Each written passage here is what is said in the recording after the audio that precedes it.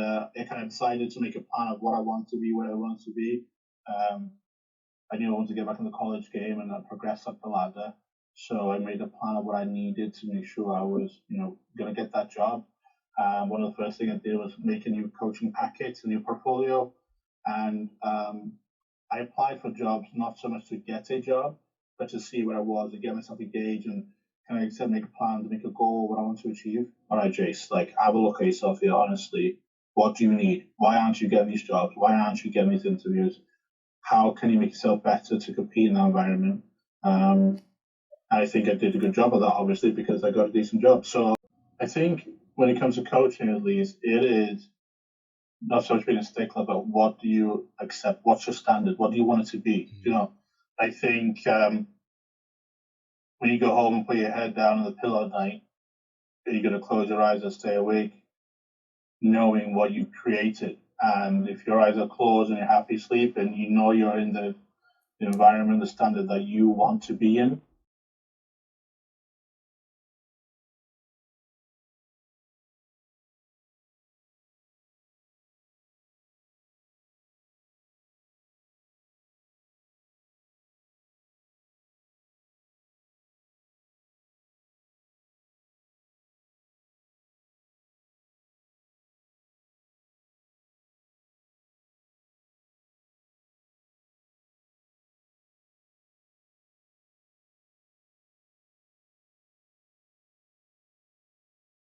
Hello and welcome to the Reflective Coach podcast with me, Coach Luca. Another week, another episode, another week of learning. A great opportunity for you to maximize every new post, every new episode, every new opportunity to certainly reflect, to learn, to understand and continue with your own practice. I really enjoyed this week's episode because it was with another Welshman, someone who's gone from Wales to the US and someone who is doing so well out there and really enjoying life. It was great to connect with Jason as part of the Coaching Insight series as we talk about his experience as a head coach, especially at university level with the women's and that transition from Wales to the US, and whether he has any thoughts about returning to the UK, to his home roots and how that looks within the future.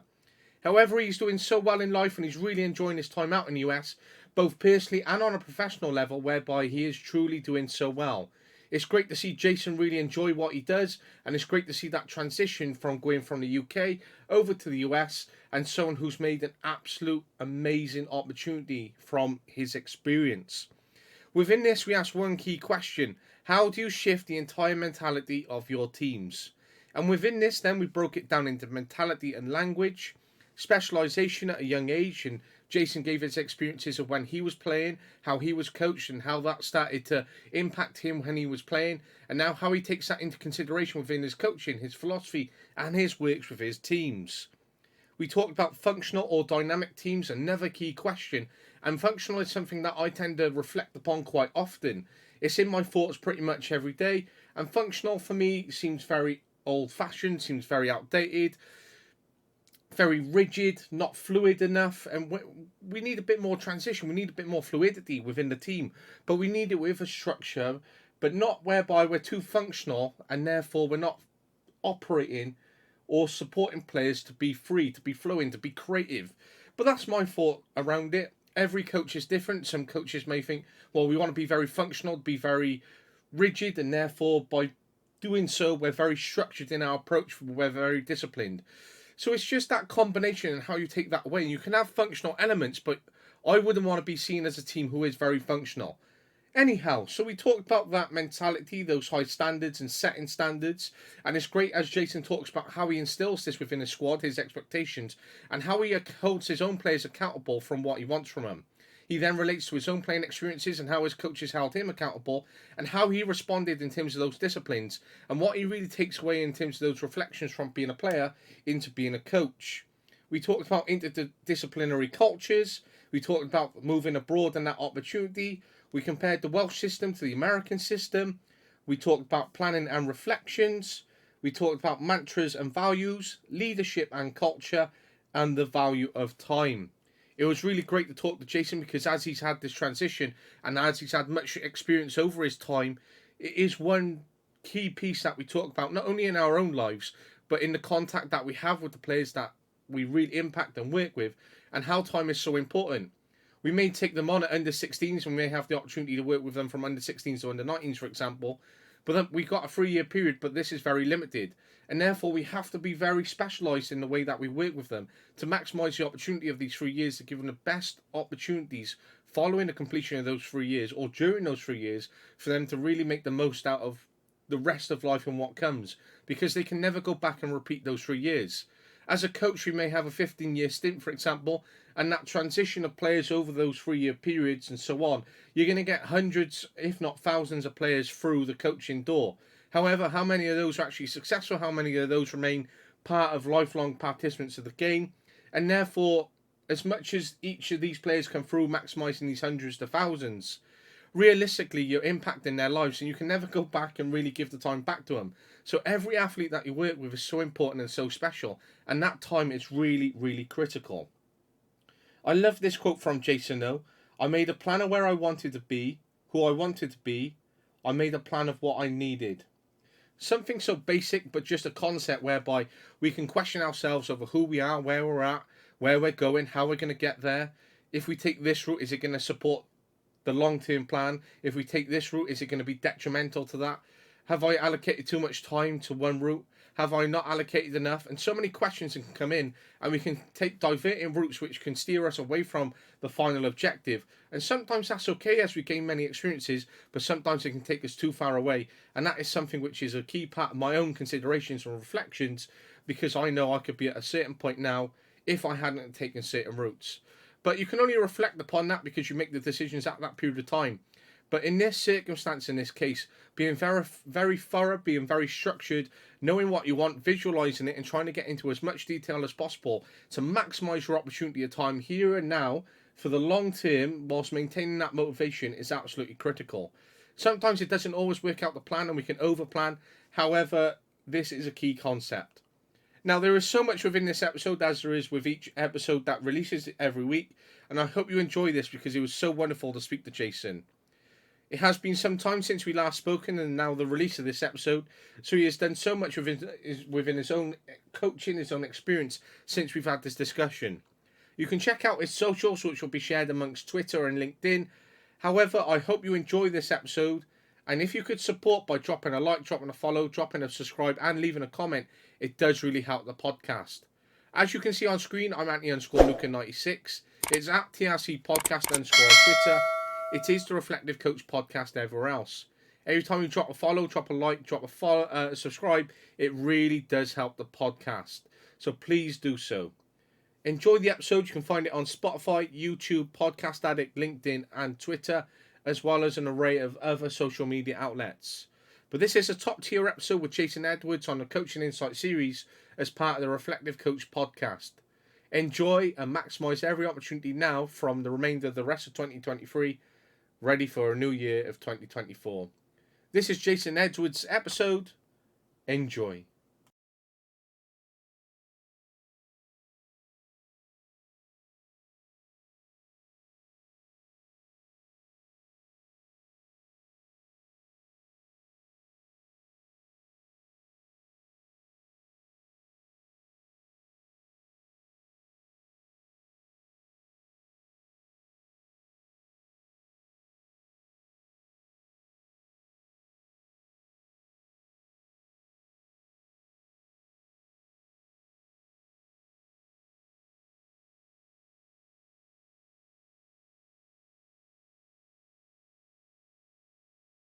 So the biggest thing that you have to do here, I think, coaching, and I kind of I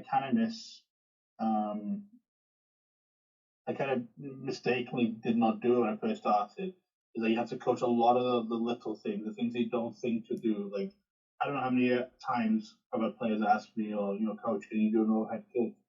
I'm like, yeah, probably. Like, and they're like, well, how do you do it? So I'm like, you just do it. And he's like, yeah, but what's the technique in it? I don't know. I just do it because at home you don't.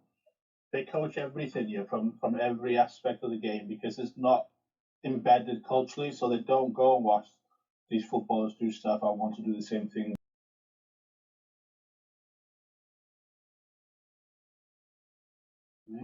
Good. Glad to hear. Loving the Wrexham polo shirt, by the way. considering you're out in the US.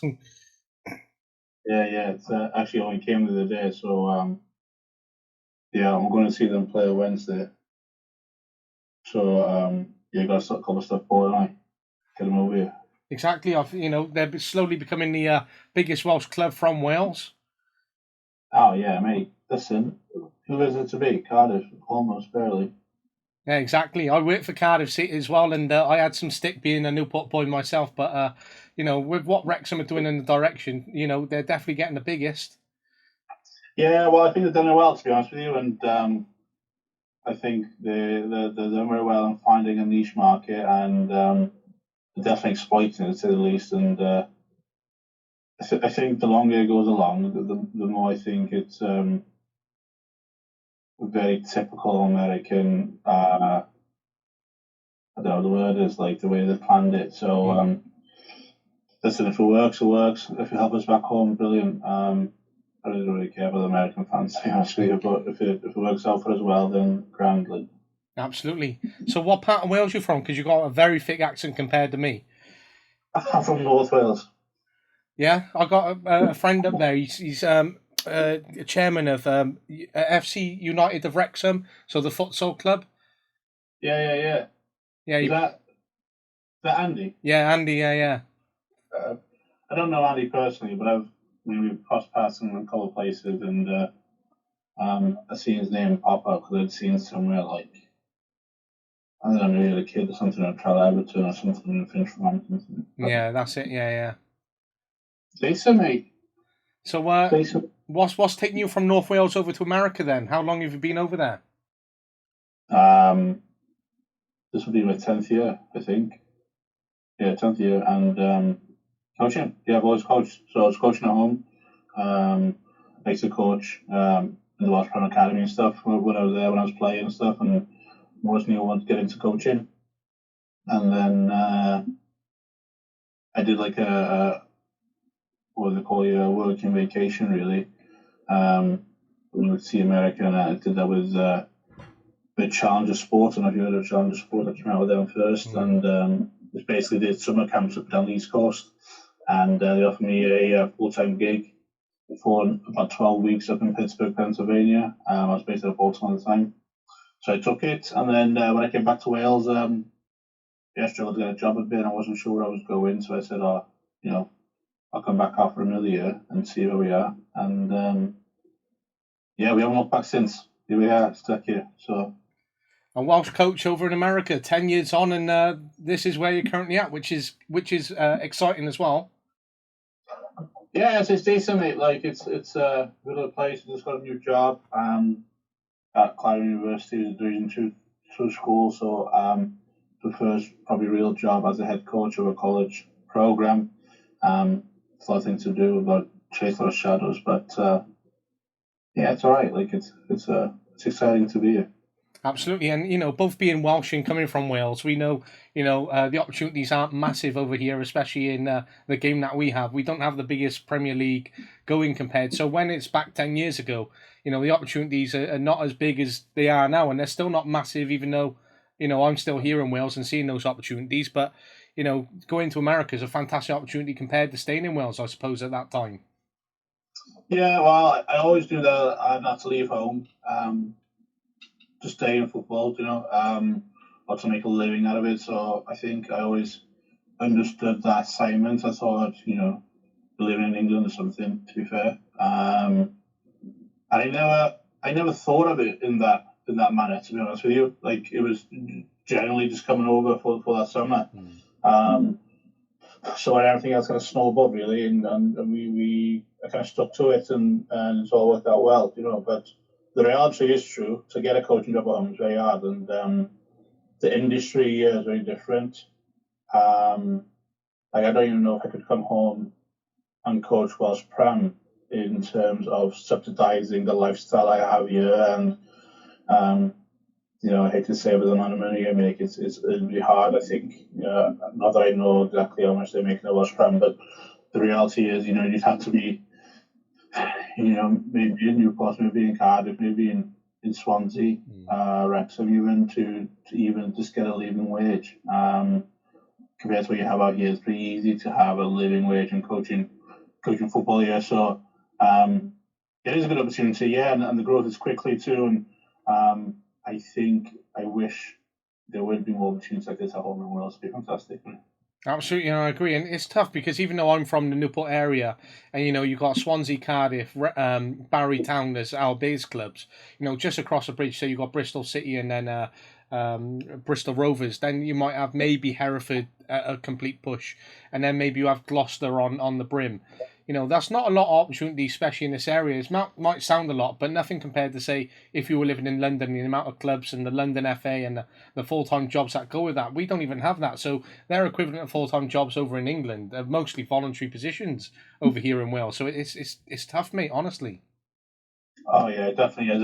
And then compared it to America, I mean, when I was working, one of my first jobs in America, I was working for just a rec, like low-level local club, a team.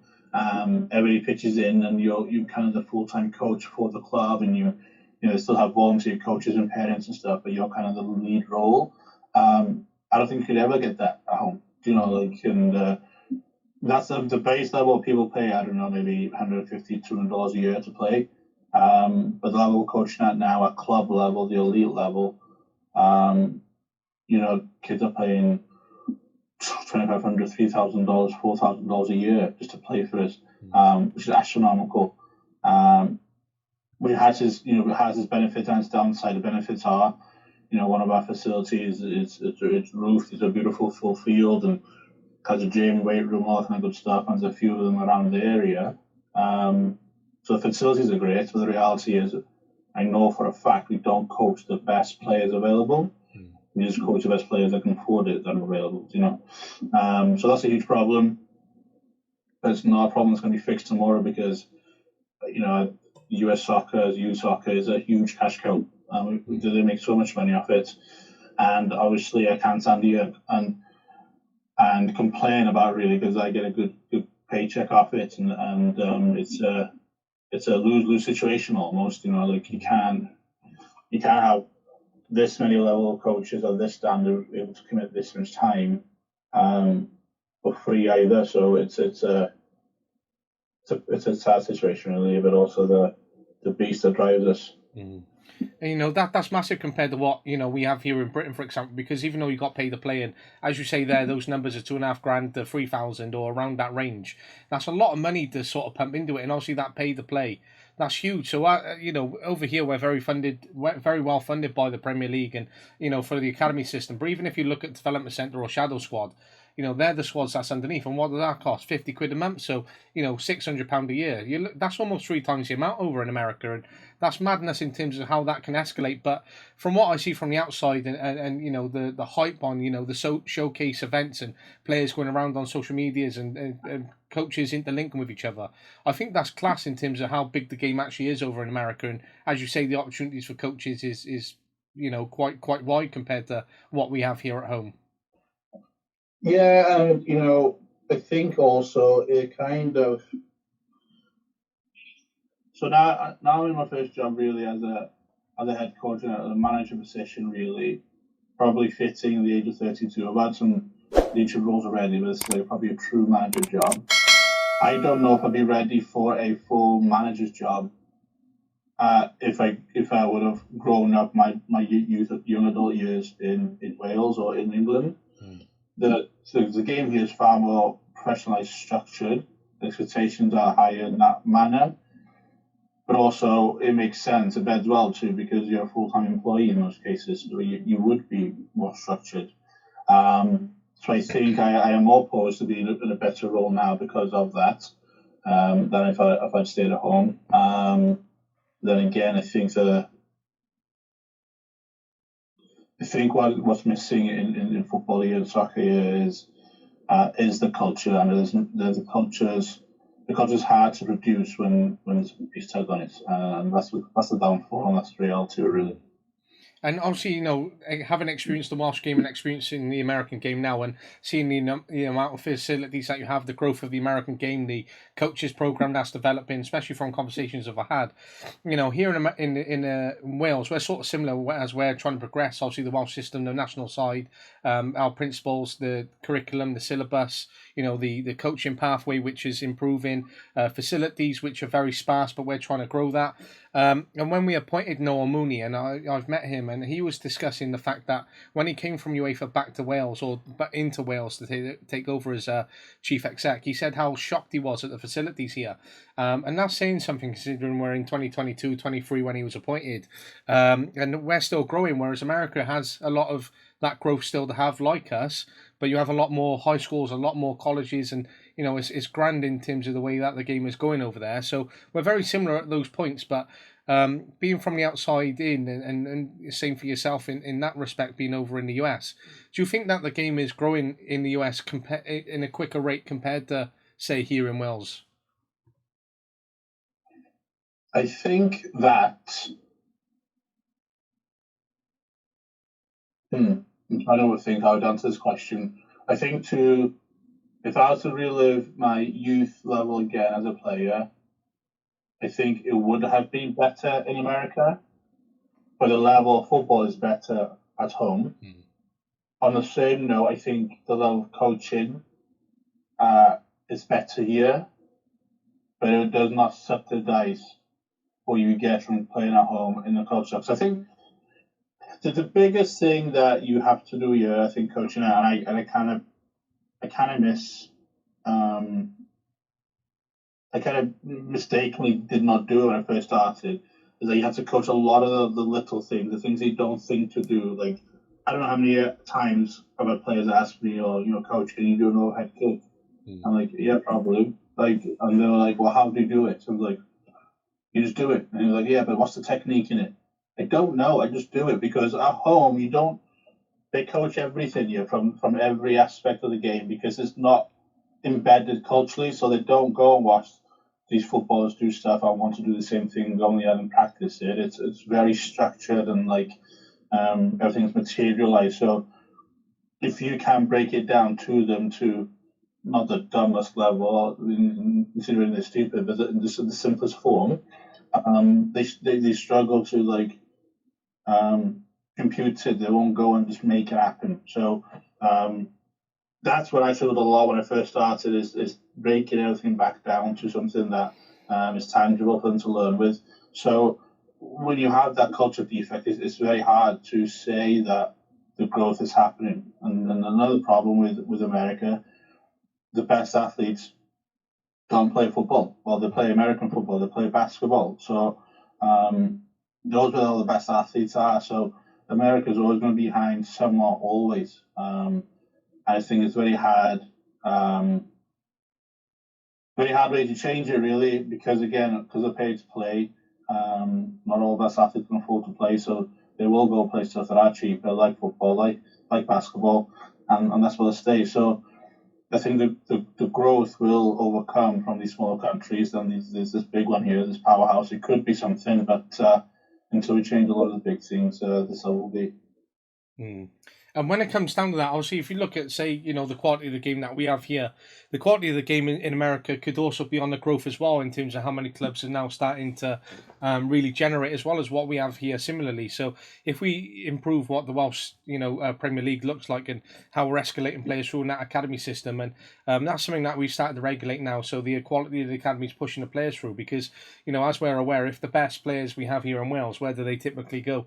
Over to England, because they got the better academy. So that's something that we're trying to retain and push the players through. And if they're coming through that system, even though we're small geographically and we might not have a huge selection pool like England, or that talent available, the quality should be quite high considering. And then it's how we deal with that in terms of that tactical element that, is led by the head coach and so on. But in America, as you say, a lot of the best players are missed out on because of this pay to play, and therefore, you're losing a lot of quality players, which is a shame, and hopefully the game goes in the right way. But for that geographical element and the amount of population available in the US, they could have 2 or 3, say, quality national teams by the time they push the players through, if the system starts to be structured in another way, and say the club system improves as well.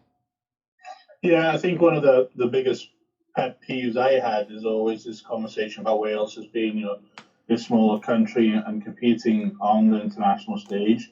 Um, but how's that an argument for Croatia and Hmm. Uruguay? So they're similar sized countries in terms of population, but they've got the pathways right to have um, the talent come through within the populations. And so I think that is the question that for Wales and have to think about and see what we do. A lot of the Welsh FA, especially in terms of education, is one of the best in the UEFA. Like it's up there.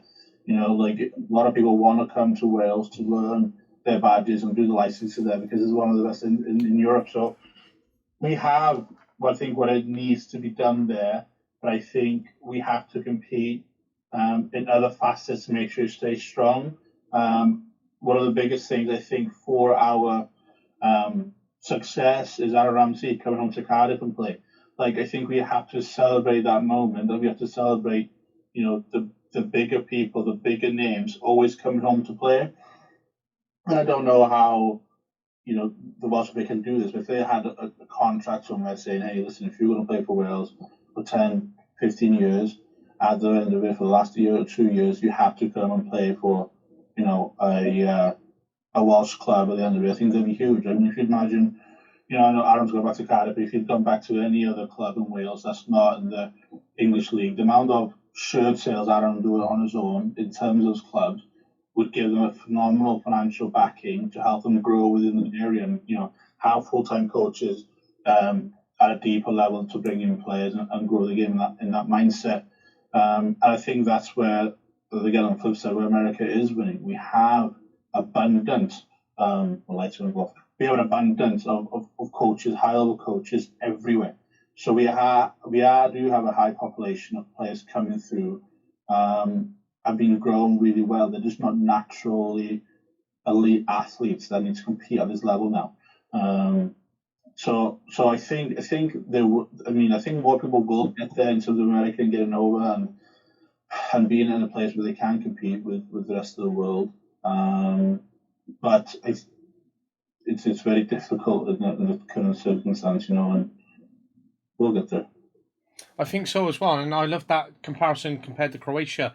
I just think it's how we harness that talent. If we see the game grow and say, we got X amount of academies in the south, the north, the east, and how that then looks right across in West Wales, how that looks across geographically here. We're going to start populating equality across in terms of that curriculum, and I think we're going in the right way. I just think it's going to take a period of time, the same as in America, to get there to bring that through. But it's, as you say there, generating those sales and bringing players back home, especially into a system in these geographical areas such as Cardiff or Newport, but looking at say Welsh clubs like TNS or Aberystwyth and so on, that could really generate interest like Wrexham have. Therefore, you're getting so many neutrals going across, and therefore there's more investment in the area and so on, and that's great for Wales as well. But when it comes down to say Wrexham then in itself, obviously Gareth Bale, the biggest name out there in Welsh football still, he was linked with a move to Wrexham, and obviously he wasn't interested or turned it down. And he could have generated a huge interest in Wrexham, even if he played for only a year and just was part of their books and that culture and so on. But I think it was unlucky for Wrexham to have missed out on him, but I also think it was, a little bit sort of shitty the way that he didn't come across and support that Welsh system. That for me, it's just like he's at a point where he could generate so much for Wrexham, and even though he might not want to play loads of minutes, just have a year contract, help the club out, and then walk away from the game altogether. I just think he could have given a little bit more back to the game there. Yeah, and that kind of makes to the point I was making. I personally did not want to see Gareth come into Wrexham, to be honest with you. I love Gareth, and I think everybody who has Welsh blood in them loves Gareth Bale and everything he's done for their country. But him coming to Wrexham, I think, would have been not the worst thing, but just not what we wanted. I agree that having Gareth in the Welsh system would be phenomenal. Just not Wrexham. I don't think Wrexham needs the help anymore. Like, I know, and people might hate me for saying this, but I think we're doing okay. Like, just let them grow and be themselves. We can just also then grab everything and put it in one area. I think, I'm from the north and we always look down at the south like, oh yeah, everything's down there. All the money's pumped down there. That's why Cardiff's down there. That's why Swansea City's down there. all the international games are down there. So we always say, we just pump everything down south. We want more attention, of course, sure, we want more help up north, but I don't think we should put it in one place either. So, Wrexham have phenomenal success right now with the financially stable, with great growth and ability. Putting Gareth a bit cherry on top of the cherry they don't need, it's having too much cooks in the kitchen sometimes.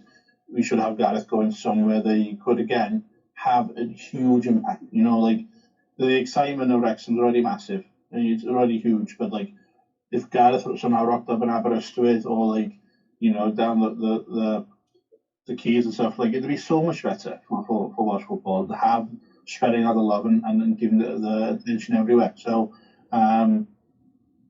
there should be, I think, I don't know how you do this legally, this is way over my head, I just got football, but if we could have our Welsh legends be a part of the game on a lower level to help build it in and bring it in, I'm pretty sure Joe's coming in this time now to play in Ledley when he was done, UK, but all these players, if they just go on and play, 2 or 3 years in the Welsh Prem somewhere, anywhere, significant difference for in terms of the income they could have to go in there and things I do to see Craig Bellamy's got a hat-trick against it, that's be great. Absolutely, I agree. It'd be great to have these kind of players come back into our system and, just give a little bit back to those clubs because, our league, again, isn't nowhere near, say, even Championship 2 level, for example. So, if we take TNS out and put them into the League 2 because they keep smashing out all the teams in the Welsh League and they're consistently winning it, then how would they fare out? And I think that would be interesting in terms of whether they would move across or how the league develops towards, stopping TNS becoming that dominant force. But for those other clubs to generate and have players like Joe Allen and Joe Ledley and say Aaron Ramsey come just to play for these clubs, I think would be massive. Even at Newport, I know we're in the English League, but when Joe Ledley came back, it generated a lot of interest because he's come from, say, Premier League sides, then all the way to League 2. He's played for the national team, and even though he wasn't at that peak year and still had that quality to offer, it was still generated a lot of interest in Newport and someone coming from that. And same with Johnny Williams as he's dropped down the leagues. It generates interest. So it would be huge for our Welsh game if our Welsh athletes came back to drop into our levels and support the game a bit more. I think also it goes hand in hand with the players we're trying to develop as well. If you're, 14, 15, 16, you're on the cusp of the first team, and you're going well, and the next thing you know, you're playing against Joe Ledley, playing with Joe Allen. All the things that Joe Allen's gone for, and all the teams he's played for, the games he's played for, the experience he has rubs on directly into that kid then, and then it's just easier. It's closer now as a Welshman coming up to have that ability now to go and play and have those relationships that would, as you said before, had to go to England to get, So it would go hand in hand on so many levels. If we could motivate them to be a part of that pathway, Of course, absolutely. And whilst, you have seen maybe this massive project with Wrexham whereby the right infrastructure's coming in, they're investing wisely, they're part of the town, they've got good promotions, they've got good sponsors coming on board, they're developing a nice academy system now, they're supporting the women's game, the first team are doing well, you've got a documentary and all this surrounded. It's a huge project to sort of be part of, and, it's a building project and something which Phil Parkinson is got the excitement to be part of.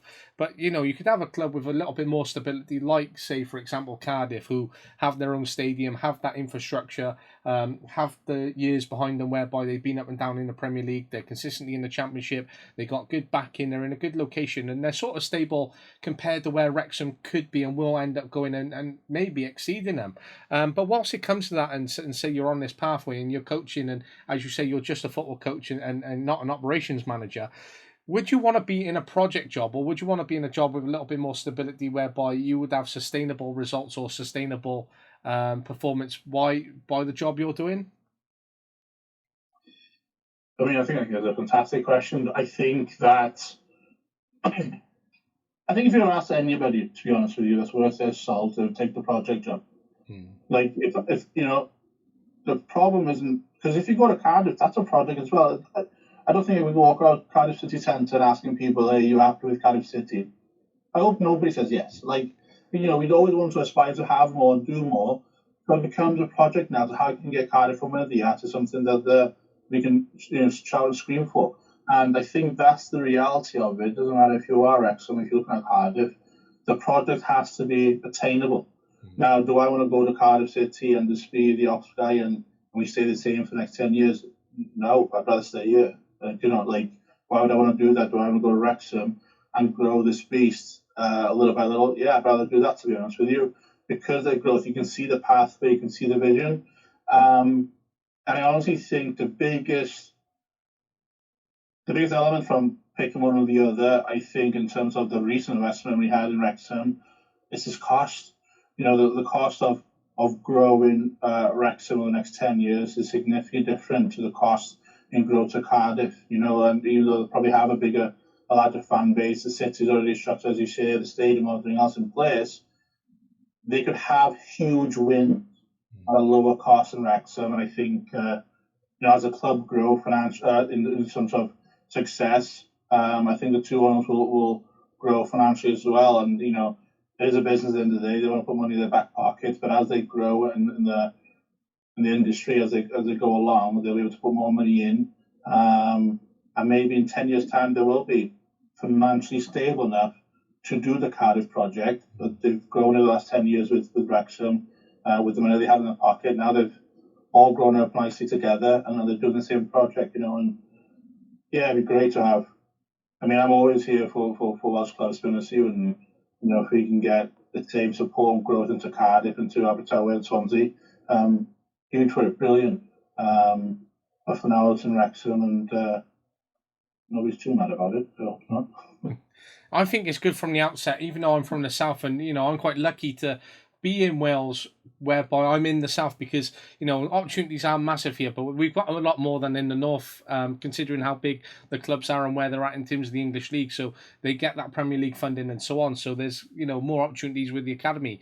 But I think that's growing in terms of what we're trying to do in and around Wales. But it's definitely exciting for Wrexham. I've got nothing against them. Being a Welsh neutral in a way is great to see the Welsh game explode and get bigger, and especially see another club, especially from the north, do well as well.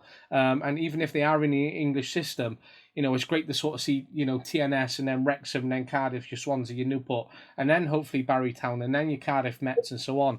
But whilst you reflected on that and looked at, say, the two positions of Cardiff and Wrexham, and looked at the differences in the jobs and positions and what would be expected and where you'd like to be at, say, if you had those positions come to you, is that the same in terms of how you reflect upon positions that may come to you in where you are now in America, so whereby you'd like a project based or you'd like a sustainability? How do you sort of approach that sort of journey where you're at now?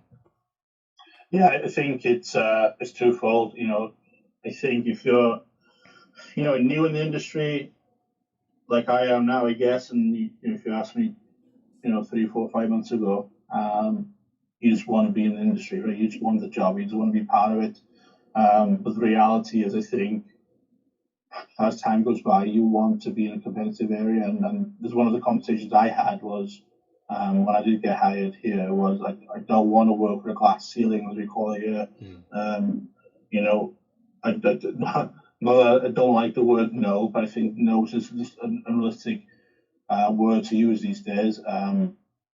Hey, we need to find funding. Hey, we need to fundraise. Hey, we've got to do this, or where you got to jump through these hoops to make things happen. That's fine. The word no is just doesn't work for me, to be honest with you, especially if you can see the reality of attaining this goal.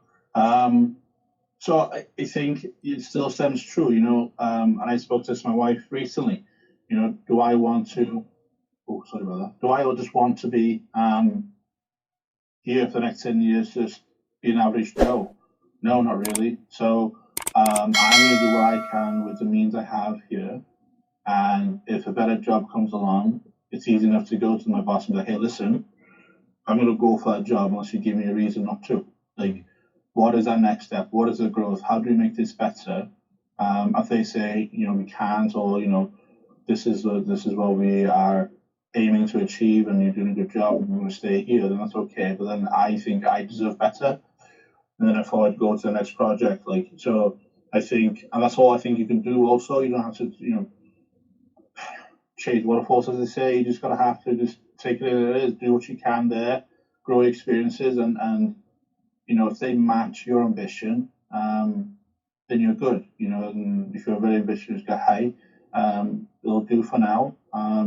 You tick your boxes, you find out where you are, and then you want to go. You want to go again, and that's how I am right now. So right now, we have a good structure in place. It's a very young program, so there's a lot of growth going to happen just naturally. But I have some aspirations, and maybe it's a little too soon to knock on the boss's office today. But hopefully in a year, 6 months, a year, when I'm settled and prove my worth and salt, I'll be going there saying, hey, listen, what's the next, where we're going to compete at the next level.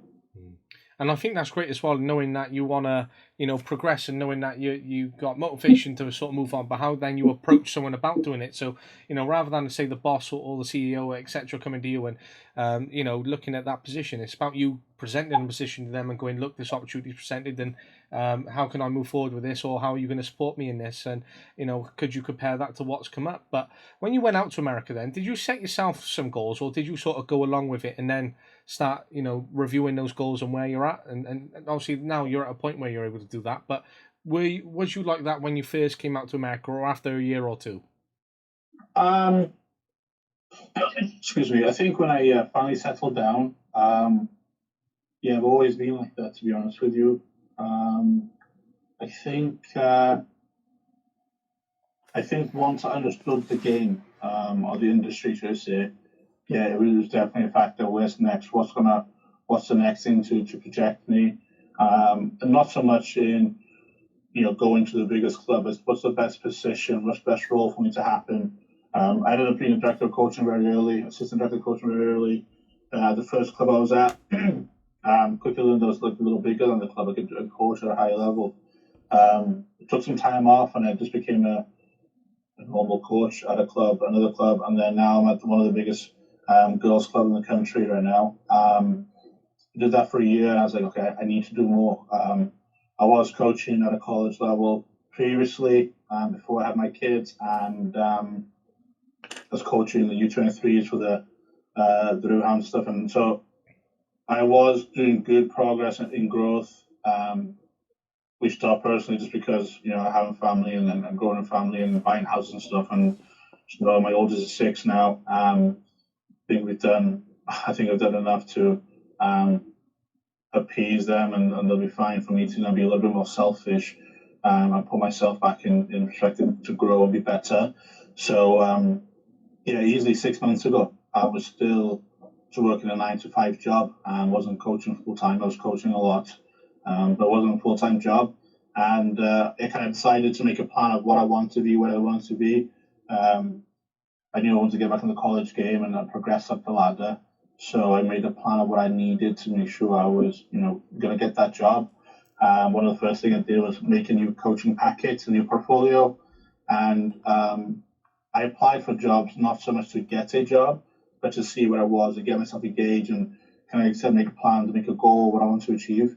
And I'm really lucky that I think the third place where I applied, I got a job. So I am 2 years ahead of schedule right now, which is fantastic. So obviously in 3 years' time, hopefully we've gotten better at something, and we'll be growing the portfolio again to do something else. And it sounds great in terms of that plan, that reflection, where you go in to present those opportunities or to identify. And creating and establishing a plan and where you go in with that is great as well. And, sort of working out where you're at in life and asking those questions is really key. And those goals, and as you say about schedule there, sometimes we can live our lives on a schedule. So, as you said, you're 2 years ahead of schedule, which is great. But, you might go, right, I want to be an assistant coach for 4 years. And then within the next 2 years after that, I'd like to be head coach. And then for the next 2 years after that, I'd like to say maybe move a head coach here. And then say for another 3 years after, I'd like to be in the college game. So sometimes when you've got those step-by-steps whereby we have these goals, we want to look at attainment and how we progress both personally and professionally, and looking at the levels we want to coach at, or even in other jobs and other prospects. Having those sort of sustained but schedule goals as such gives us a sort of action plan how we can move forward, and then we fit our strategy within that. But then it's really difficult because we're not able to live life within that free flow state as much, or just go with the flow, or take every day as it comes, because we're scheduling and we want to work to that schedule. We want to make sure we're attaining goals and we have this strategy, and we're falling aligned with it. And sometimes that's hard to balance between when can we live life and relax, but then when are we achieving goals and maybe we're not on that schedule, or maybe we've fallen behind, and then it's difficult. So then we start to ask questions of ourselves again. So for some people it works just living life and going with the flow and not having much planning and going, yeah, this is going to work out. But for others, it can be difficult, and we schedule and we plan and we action plan. But then that can be difficult as well to sort of live, block by block, schedule by schedule. Yeah, and I think the biggest thing is when the opportunity arises, what do you do? Like, kind of like me, I planned for 2 years to get into the game at college level. Happened early. Do you take that job then? For my scenario, it's very easy. Yeah, I do take the job because I think I got ample experience to coach as well. I wasn't worried about that. I wanted to be back coaching full time. Wasn't worried about that. Thankfully, the pay is good enough that I didn't have to worry about the pay not being sufficed and that kind of stuff. So, yeah, pretty straightforward, easy. Go for it. If I'm successful here in a year, 2 years, and they go like, oh, you can get offered a bigger job, or do you really want to take that now whilst you're just getting settled, or do you want to be very seasoned with everything in place and you know exactly what you're doing and you want a safe space to grow again for the next 2 or 3 years before you're ready to make that jump? You're going to take that opportunity, and that's when it becomes difficult, because you can take that job, mess up, and be fired in a year, and then what? Or you could not take that job and be stuck here for another 10 years before the opportunity comes again. And so it's a very hard place to be in terms of that. But I think also, you get to a point where if you're brave or not. You know if you're comfortable, you know if you can do it. And regardless, there's jobs I've been fired from, there's jobs I've been let go, there's jobs I didn't do well enough. Could have easily derailed me, and I used to work at McDonald's full time. Like, it could have been easy doing that for the rest of my life. But you've got to have your grit about you and a willingness to do it, and be willing to be vulnerable. Hey, why did I get fired? Why was I let go? Why was this, that, and the other? Take your spoon of medicine, grow yourself, get better, and get back on the horse. And I think if you can always present yourself in growth and in honesty, you'd always get that second job somewhere, and there's nothing to really worry about. Like, you just gotta, get through it. And I think what you talk about there is moving from a fixed mindset to a growth mindset. And, you've had those opportunities whereby it can be really tough to get out of, especially if you've been let go or fired. And, within that comes a lot of negatives in terms of how we might regulate those emotions, the position that we find ourselves in, then financially and so on. And then it's difficult to sort of pull ourselves up and have that motivation. But you have to be self-resilient and mentally tough to, pull yourself up and to go again and go, do you know what, I was let go from that. But it don't matter, because more opportunities are going to come. And, the world is presented with so many jobs across the world, and even if it took you, say, out to Greece, there's a job there. It's not the end of the world. We don't have to rely on just the jobs around us. And sometimes it's hard for people because they got financial commitments, families, and so on. And but it's not the end of the world. So shifting from that fixed mindset to a growth mindset, for example, how do you think you shift in terms of mindsets then? And how do you think how do you think others can develop that approach to developing from one mindset to the other? I don't know how I don't know if I've always had a growth. I don't think I've always had a growth mindset, because I've been very stubborn.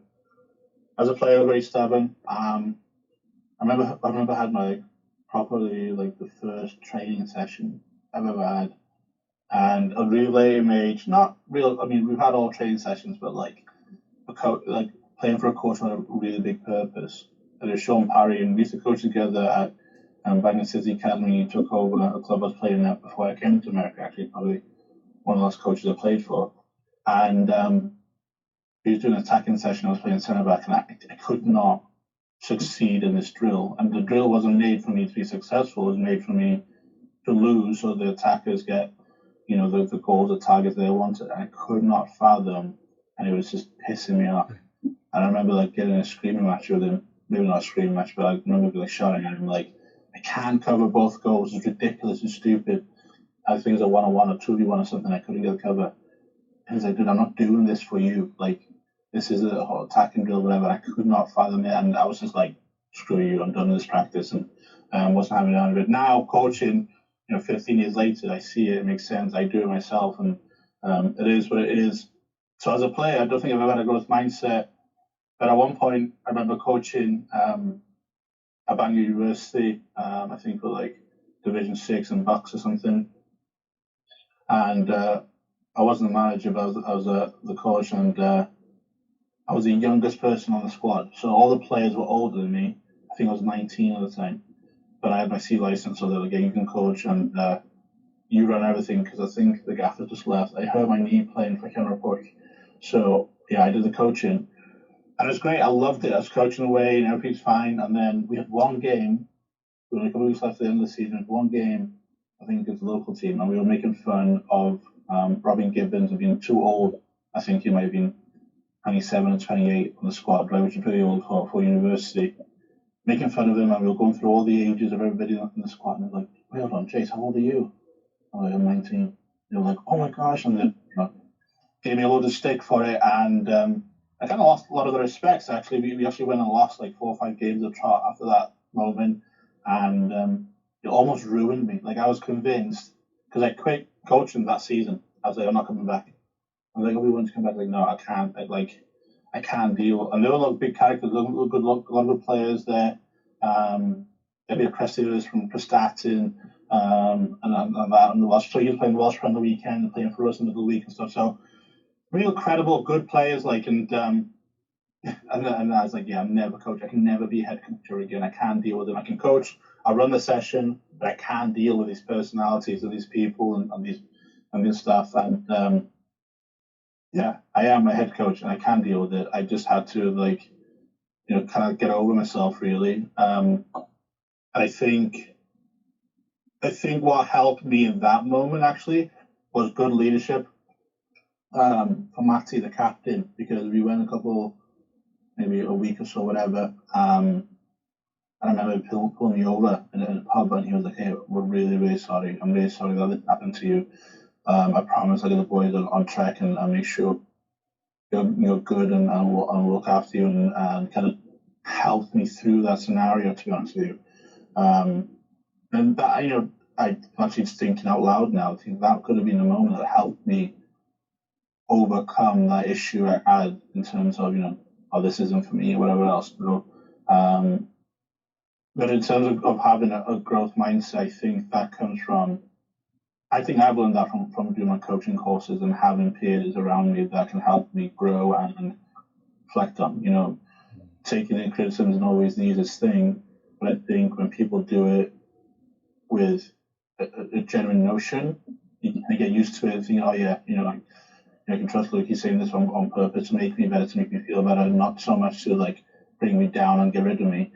And and actually probably the reason why I have this college job in terms of doing the portfolio, I was telling you, I did a course to be a coach educator this year, so I teach coach licenses now for US soccer as well, and we had to learn to be vulnerable, and was not easy for me, to be honest, to start with it. Even at 30 years of age, it was not easy for me at all to be vulnerable and tell people on weaknesses, let alone find resolutions for them.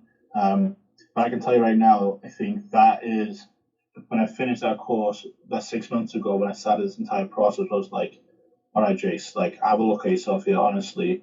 What do you need? Why aren't you getting these jobs? Why aren't you getting these interviews? How can you make yourself better to compete in that environment?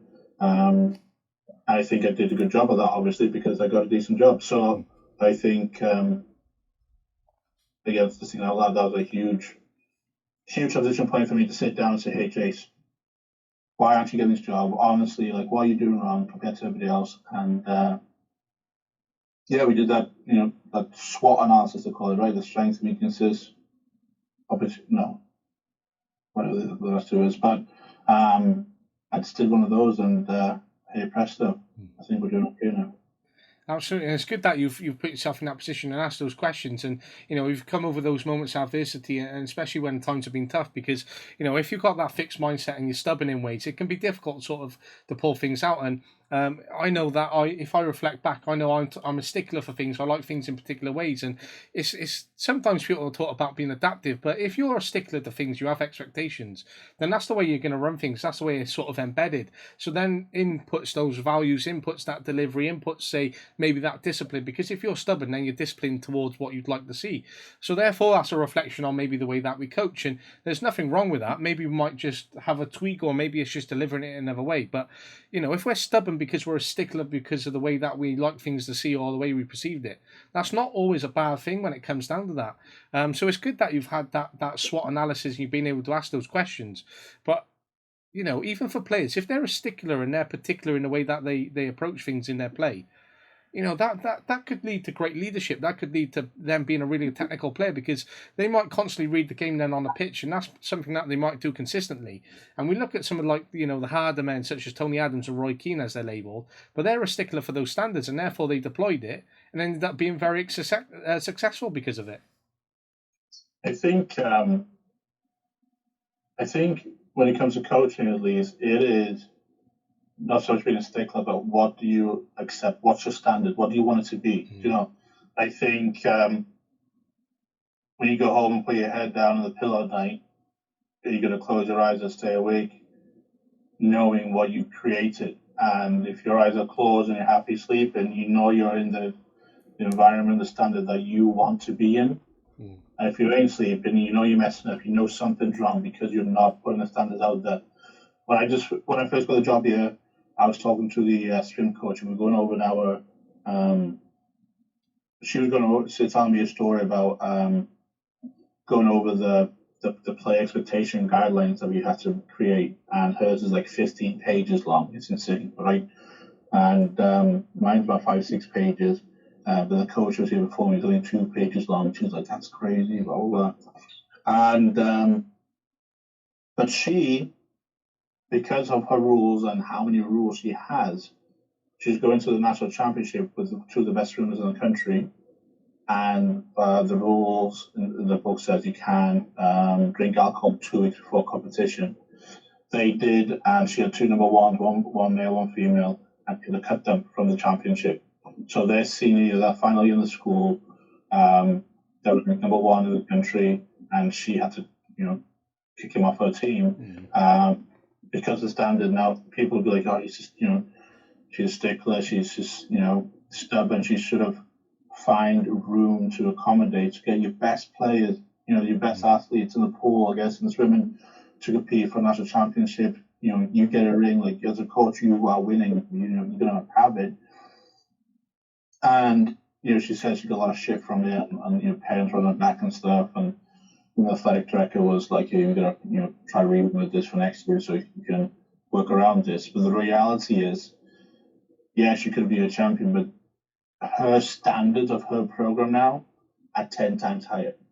People already know if I'm going to go and swim for her, Coach Bree, it's got to be huge. I've got to be committed. I've got to be able to do everything I can. And that's the same thing, as you said now, about Tony Adams and Roy Keane. Like, the standard is there. The expectation is there. It's not if, better, maybe. It doesn't matter if you feel like it. If you're here and you're going to do this job, these are the standards. Get on it or get out. And I know she'll be in a better place because of what she did. I just 100% know. She'll never have that problem ever again in her life. And as drastic some people want to say it was when she did it, it's what, okay, so on the flip side of that too, it is, why do you do it? We spend so much time coaching on the field. I know, for example, I was doing my special schedule, my away game schedule today. There's 4 days I won't go home this year in the fall. I just can't. It's physically impossible. So there's 4 days I just know what's going to happen by looking at my schedule. Things happen in real life that probably will give me another 4 days I can go home, and so on and so forth. I know my last job when I coached, I would go 25 days or 22 days in the season and not seeing my wife and kids.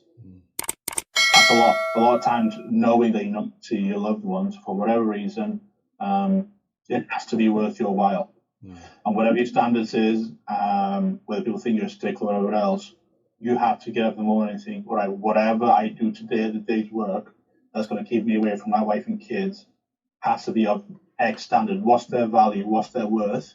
And you have to stick to it, I think. And I think even my own wife gets on my back, like, why do you do this? Why are you doing so much? Like, you don't have to do all this. I tell them, I don't have to do this, but if I'm going to do it, we're going to do it properly. If I'm going to be away from everybody for these amount of days, we're going to do it properly. We're going to go and get it done. There is no room for being complacent or this will do. Because if this will do, then the value I have of time that I'm losing is nothing. And when you get that right, I think you're in a very strong place and you grow underneath it. I think that value of time is absolutely key in the way that you approach it as well, because unless you do it properly, then you're not really utilising that time in an efficient way. And even just and say reflecting back, so we had strikes here in Wales, so we only ended up having one strike day, but we ended up sitting in a team meeting earlier in the day, and I teach as well. So we had a team meeting, it lasted about an hour, and then we had to come back later in the day to have another meeting to discuss about that meeting. And I was like, that wasn't a true value of time. I was like, what a waste of time the first meeting was, and what a waste of time the second was. So therefore, we weren't working to smart principles. And then I was like, right, that actual value upon my time within my life wasn't time that I can gain back. I can't go back and reclaim it. And it's very difficult. So that value of time is absolutely critical, especially when, as you put it there, 25 days away from your family. Over 10 years, that's 250 days. That's almost a year you've lost with family and loved ones. So if they only live, say, an X amount of time, say your wife is 40 and she only lives until 80, that's 40 years. But if you accumulate a number of years over that, you take that off her life, then you've only got X amount of time that you can spend with her. And when it comes in reality, and I love that Tyson Fury talks about the value of time, because there's only so much that we have, and we don't know how much exactly what we have of it either. So I think, we have to be, very aware of the time that we have, especially that contact with our players as well and time that we're giving them. But when it comes back down to that coach and the decision that she made, and I love the fact that you said about making room for those athletes and how that comes across as well as maintaining those standards of discipline, those standards of values as well. And her program's better off for it. But if you were in that position, you had the opportunity of bringing those two athletes, and they had the opportunity of succeeding and becoming championship winners or championship medalists or whatever they could have been. Do you think you would have took them, or do you think you would have been a stickler to those standards that she had? No, I do exactly the same thing. There's nothing changes. I don't have a national championship that year. I'll tell you why. Right now on my squad, I have 34 women. All right, she has 40 men, 20 women upstairs in the pool. You can either entertain those two kids and put them in the pool and win yourself a championship, or you lose the entire program. Because now, if you have room for them to get it done, two things happen. Either one, she has a favorites and she'll cut and bow her rules to who she likes. Or two, everybody goes, well, screw the rules, doesn't matter because you can do whatever you want anyway. There's no consequence. And now she basically will lose her job in a ticking time. You can't control the dressing room. There's the same analogy when you lose the dressing room, your time's ticking. And that's it. And I think, maybe having a lesser rule next year so you're not in this conversation. Sure. I mean, I understand, adapting that's a self-reflection, that's a growth she's going to do. But if it's in the rules, black and white, and they cross that line, you better stay true to your guns. Mm-hmm. So, for any coaches who are going to listen to this here or even for myself, think about it now, if you put it down in the rule book, in the guidelines, you die with those lines, because if you will not, you will lose your program faster than you gained it, for sure. And that's something which is sort of similar to what we have. So we're going through a big culture change. So we've had a new head teacher and leadership come in, and it's something which has been rolling for a few years. We've had quite a few head teachers and senior leaders. We've gone from a new building to an old building. So that environment, that culture maybe has been lost as that transition has happened. But we have someone who's in place now and wants to bring through a culture of change and is transitioning us very well. And we have a very good system whereby we can determine outcomes dependent on the situation of the young people that we have in front of us. Now, it's a very good system that is opportunistic, it's supportive, but on the flip side of that, coming from a place whereby the standards, the culture is very much instilled from 30, 40 years ago and has adapted over bits of time, but it's still there at its core, and something that works and something that still leads to high performance. Coming out of that to an organisation which has sort of this approach to things, and this approach is a little bit more flexible, and it's not as rigid as the one we've had, the one I've come out of, and therefore when it comes down to it, and we're discussing these opportunistic realisms that appear in front of us, whilst we're discussing the outcomes for these young people, it can be very hard because then we're moving away from the guidelines. It becomes not as black and white. There's some grey areas because some young people are asking questions over others, and it's not as clear cut, and therefore our standards aren't as high as where they should be. The values aren't instilled, and therefore it becomes a very tricky situation. So right now it's a very tough period to be in, but it's difficult when that framework and those guidelines aren't adhered to or aren't as clear cut as maybe where you'd like it or whereas this other coach had it. And it can be very difficult for us within that program as sort of managers, teachers, and leaders, or so on, to then be part of that and to try and instill what the expectations are, because what you might adhere to and might instill, someone else is doing something completely different. So therefore, that systematic approach isn't working to the highest degree or to the standards or to the guidelines it should be, and therefore it's a very difficult system to be in and complicates it for the young people that we have in front of us. So it would be the same for those athletes that you'd be working with if you were to make room for them, for example. Yeah, I think as you said, like when you have your standard, you have to stick to it because it does transpire easily to everybody who knows what's going on. And every year here we have a new class coming in college, right? We have a freshman class coming in, we have a senior class leaving, and it's difficult for those kids coming in if the culture is not set, if they don't know the expectation, if they don't know the standard. Like this year, will be difficult for them because the last 3 years has had one coach doing the things one way, and the 3 years of the 4 classes available here know that rulings and that how that way goes away. But then I'm instilling my system and my niches in, which everybody has to transform to.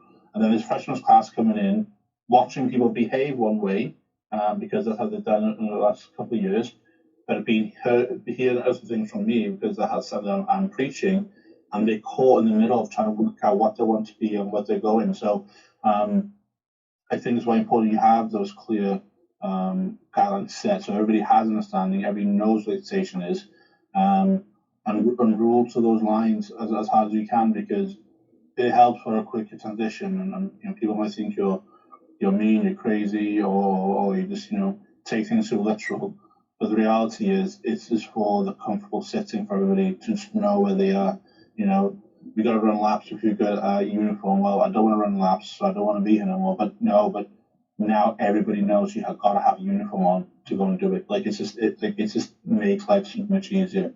And the reality is, as a leader, as a coach, you don't want to run laps. Jesus, just wear your shirt. Like it's not. I just the standard I want. That's what I want to happen. But these are the consequences, and if you miss it, we miss it. And soon enough, they won't be missed again. And Coach Reeves said we'll never have an athlete drink 2 weeks before competition. I know for a fact we'll never have a problem again.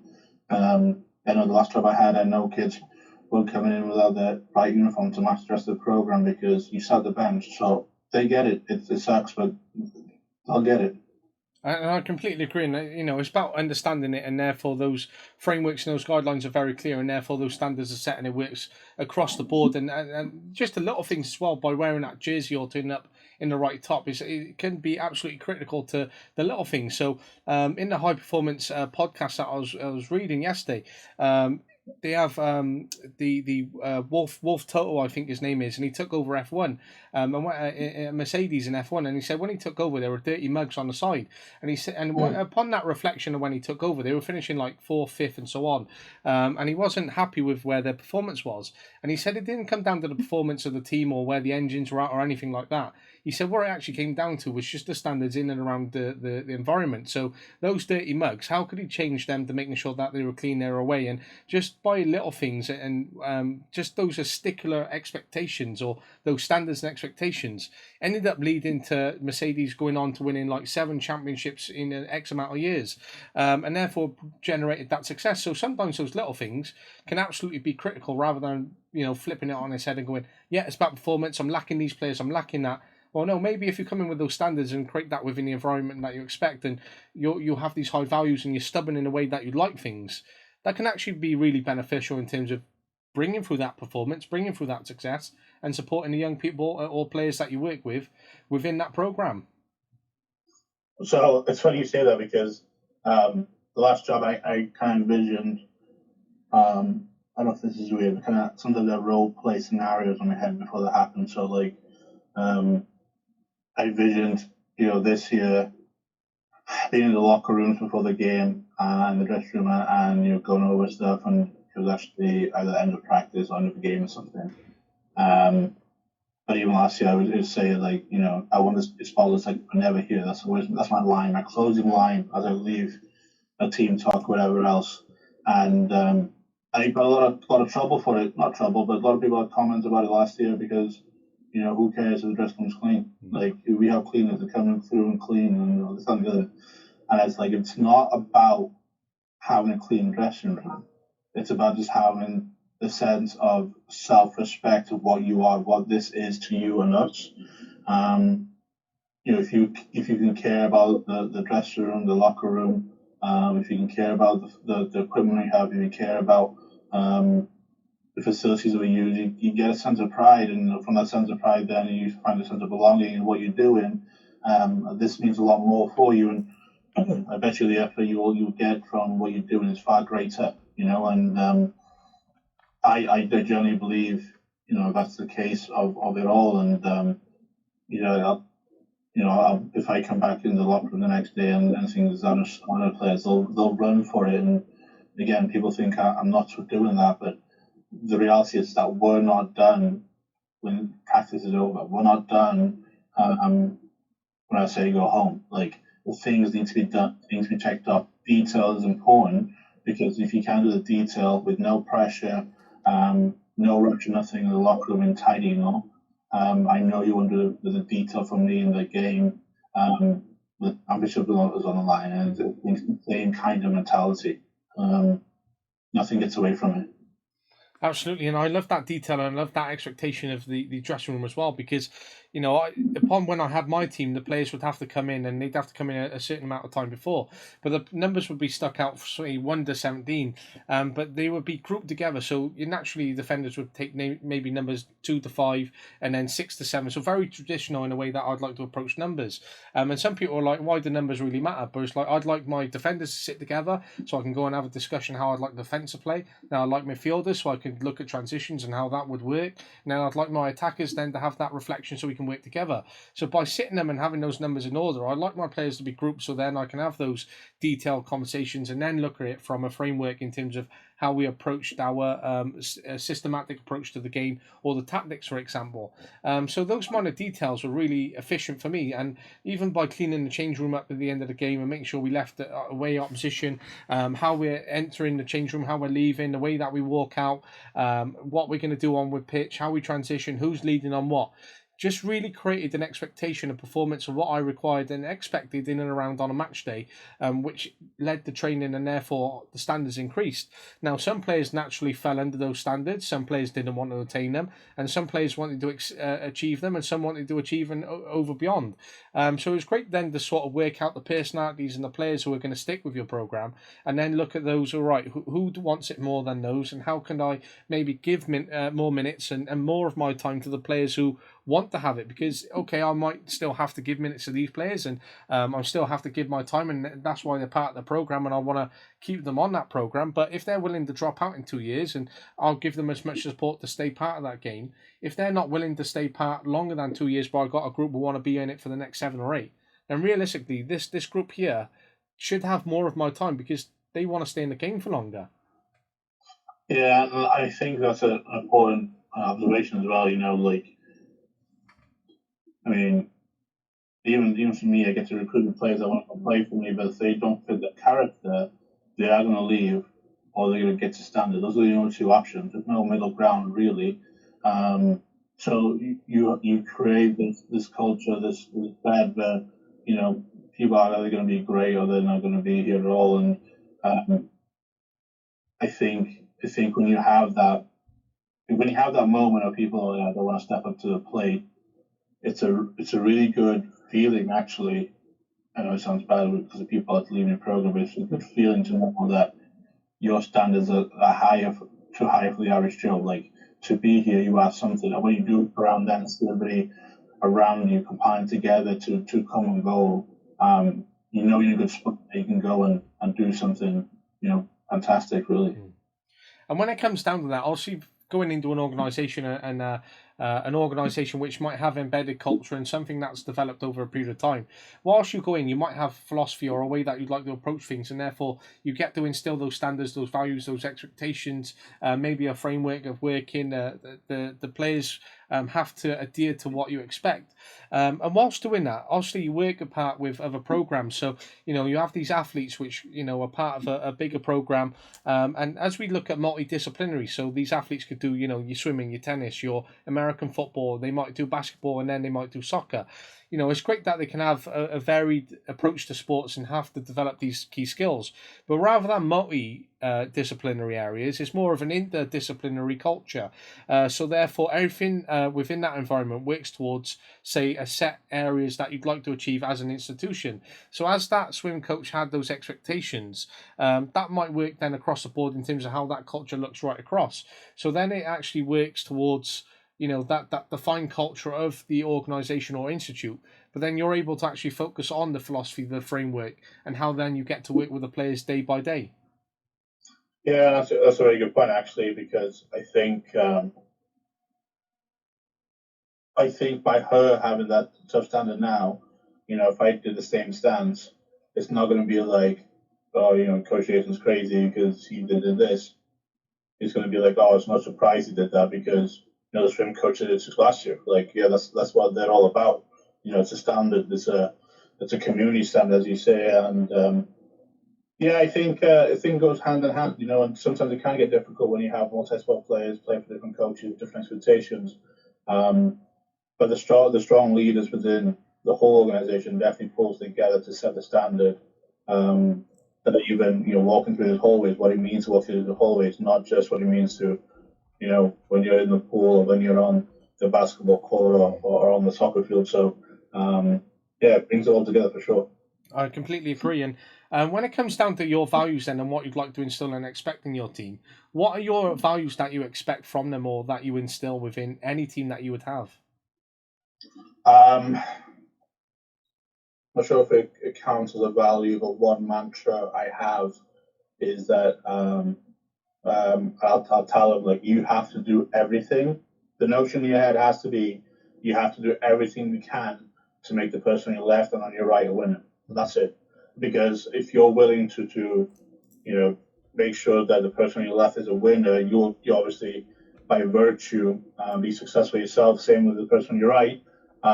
If you find a way only to make yourself successful, I won't have a successful team. You'd be a very selfish player or whatever it might be. So the mantra is to make sure that the person, everybody else in the program except for you, is successful, and so then you will be successful. So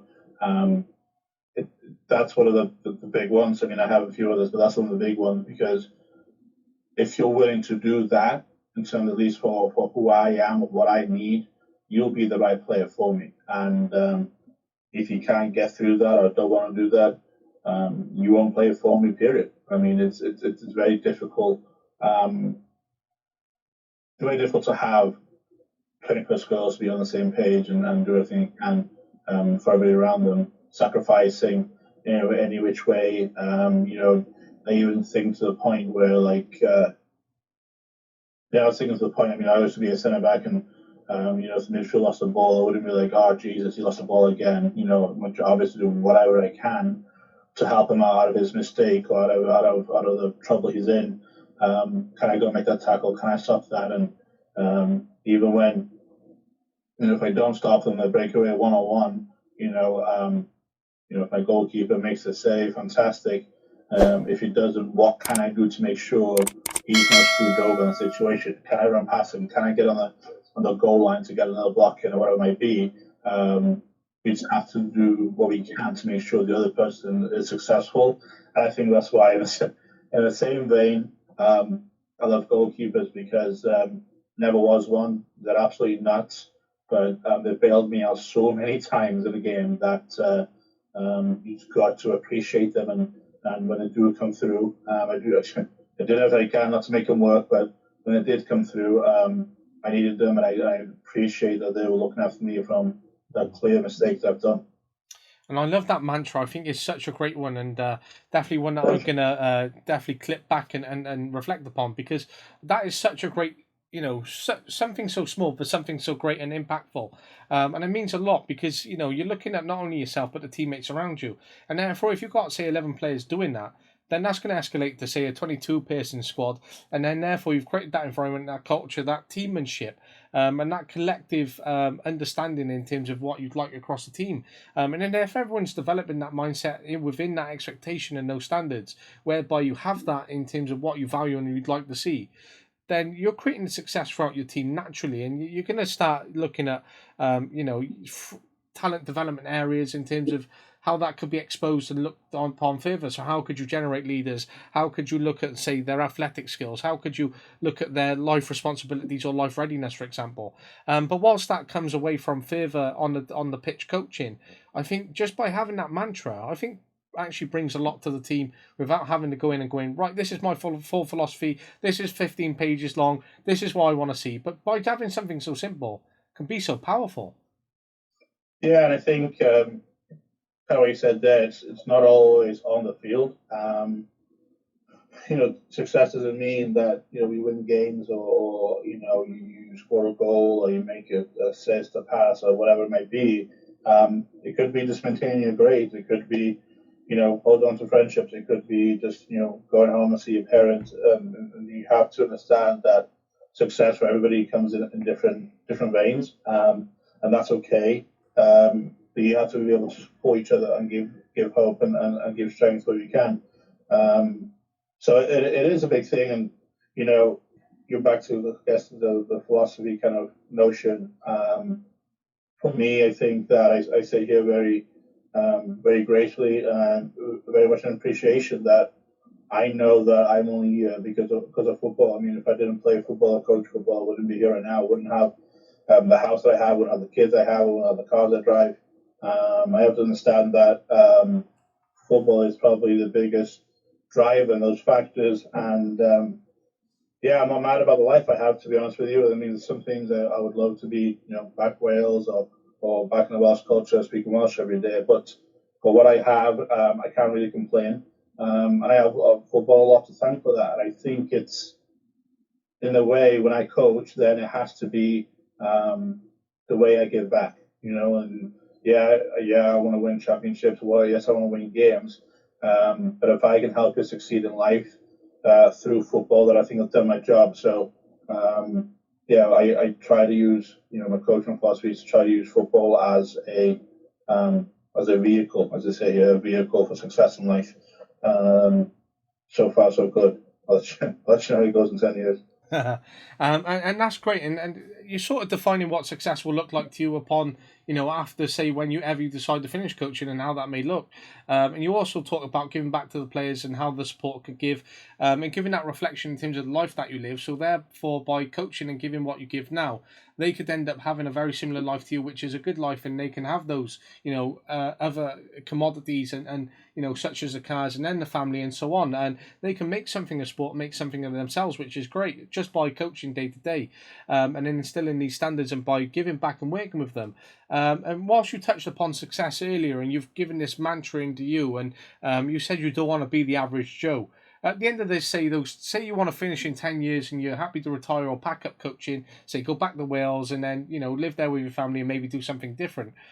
Would you be happy in just looking back at going, right, yeah, look at the amount of players I've developed, look at what I've instilled, look at what I've left behind, and I'm happy to draw a line at coaching there? Or would you want something more? Or do you think that something is always going to be inside you burning just to have that little bit more, do you believe? No, I mean, if I was to walk out of here and hit my boss, I think I'd be very happy thinking back what I've done. Um, there's a lot of coaches in the industry that I've worked with that are, serial winners. One story we had one guy who's the winningest coach in high school soccer girls ever in the Pittsburgh area. And one of his players coached with me at the club I was at, and my boss hired him to come coach the club. And the relationship that the female head coach already here had with that guy drove her out of our club. The day we hired him, she quit the next day and left. So even though she won all these championships with this guy and had all the success, she had no business ever having this guy in her life ever again. And I think I would argue that he would have failed that player. That it's you haven't done right there, and I mean you can take everything with a grain of salt. There's two sides to every coin, but all in all, I think if you're not making not so much life changes, because I think a lot to ask, but it is more for the people that you coach than it is for the championships. I mean, you can bring a medal to your funeral, but it's better with people, I'm sure. And I mean, a different example is, this is another guy who won a lot of high school championships. He's now my current boss, actually. One of my bosses. He did a good job of coaching one player, and that player ended up being one of my assistant coaches, and I got invited to the wedding after knowing him for a year than he did, and begged to differ why. Why did I get into the wedding and maybe but he didn't? And it's not a. I mean, it was a surprise for me. It still is a surprise for me. I think he's a good guy, but the question is, I think the relationship I want to build gets me invitations to weddings, gets me in life events with people because they want to share them with me, because that's the game. And I think that's absolutely the basis, because if you're getting invited to those weddings, or you have athletes reaching out to you, say 10 years on, and they're saying, do you know what, Coach Jason, I actually had the best time in my playing career with you, or I took this away and I've got that, and you're able to see them, grow as a family or grow as a husband or wife and so on themselves. You've done so much to help put them there as well, because they might have had a really tough life or upbringing and so on. But if you've created that stability whereby you've had 3 years of work with them and you've instilled standards, and therefore they might leave a little bit motivated, or they might leave whereby they have a particular way of doing things, or they have expectations of you, create a routine, then you've created quite a lot for them, which is actually going to hold them in good stead in life. And when you're getting those invitations or those look backs, you can look back with it with great fondness, or be at that time and see them at the wedding, or starting a new chapter in their life and going, yeah, that's great, I want to see this. And you still might have a couple of championship medals at home, and that's great, but being part of those moments and still having those memories 10 years on upon what you've been able to work with them now, and being at that wedding, you're extending life by even a further period. Yeah, for sure. And I think I like to think that when you ask coaches deep down, what's the end goal, I think that's what it is. And yeah, listen, I think the hardest thing of coaching isn't so much your own moral compass; it's other people's reflection of your career, and they don't get to see all the glitz, the glory that you get to see of being in people's lives, and so on and so forth. And they want to reflect you with your win and loss column. And yeah, if it's a bad one, I mean, sure, you might not be the best coach, but the reality is, if you can change people's lives and stay within their lives, and they want to have you as a human being to continue to lead them and support them when you can, then yeah, you did right. Absolutely. And I think there's so much within this that we've spoken for the last hour and 20, and we've cut into so much and just gone off a natural conversation just by the badge that's on your top, and which is taking us down a nice route, and we've been able to flow without sticking to a sticular structure as such. But it's great because we've touched upon so much, but it's been great because the conversation's just kept going. But I know that it could keep going for another hour and take so much away from you. You're dipping into so much, but without taking up too much more of your time, because we did pencil in an hour and a half, and I'm very much aware that you've got a job that requires you to make those decisions and be available. But I appreciate your time. But before I let you go, Jason, just wanted to throw some quick fire questions at you. Yeah, I thought these were all scripted questions. I thought. No, see, I've got some scripted questions. So, there's one upon values, which I've touched upon. We've interlinked with performance. So I'm just looking at my questions every now and then. And some of them that I just write, how could I link that to what Jason's saying? How could I build that? But most of it's just been where you've taken the conversation away. I've gone, right, how could I fit that in and question that or just build upon that? But most of the scripted questions, if I looked at, say, the 20 that I've built, I've maybe asked 3 of them. Oh, wow. That's decent, that. Yeah, no, so I appreciate you taking it away and building the platform. Oh, I'm glad I could help me. Didn't try. I thought it was just actually questions. That's funny. All right, so what you got for me? All right, perfect. So just going to throw some at you, but if you had to have someone describe you in 3 words, what 3 words would they be? Oh, Jesus, these kind of questions. I don't know. I don't know if I want to say what I think people think of me, or what I want people to think of me. I think that I am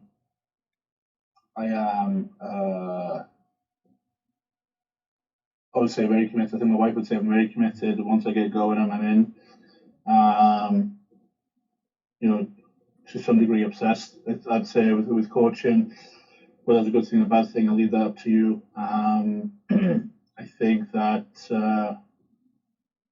I like to think that I try to be as humble as I can, as grounded as I can.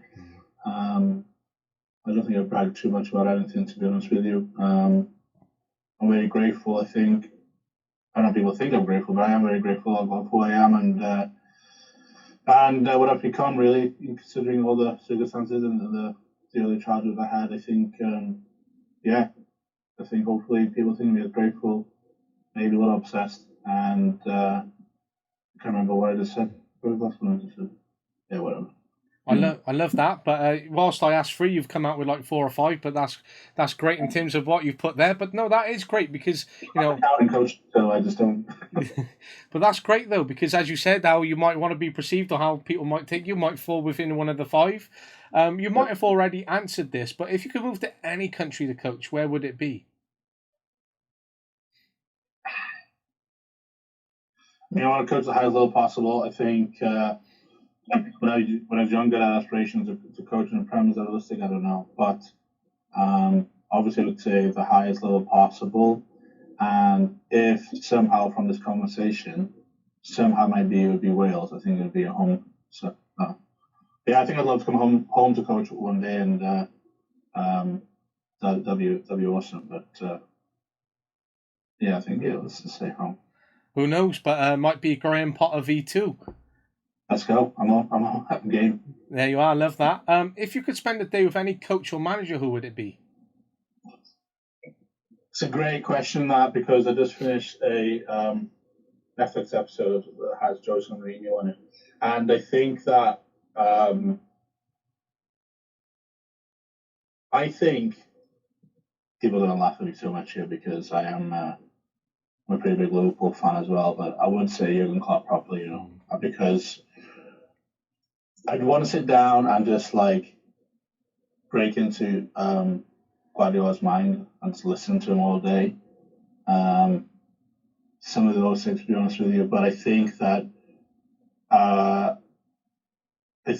from who I am, I think, and how I just see myself in the next few years, I don't think I'll get those glitzy big jobs like a Man City job. Not that I would ever go in the Premier League, but in every division, every league you play in, there's always the big clubs and the smaller ones, and I think I would always be a middle road club. And I think what Jurgen's achieved, at Liverpool been phenomenal, and not so much as his wins and his Champions Leagues and stuff like that, but I just mean in terms of changing the culture of Liverpool around and the commitment, the belief system they had, not spending $1,000 or millions of dollars on players, but developing people, and I think it's easy to say that he's changed more lives coaching Liverpool than Pep has as Man City, and I think I'd love to sit down and. I don't think we'd ever talk about football with Jurgen Klopp. I think we'd talk about life and the path that it is, and we'll just reflect back to football, I'm sure. But we all know we're talking about life and we're talking about football. So yeah.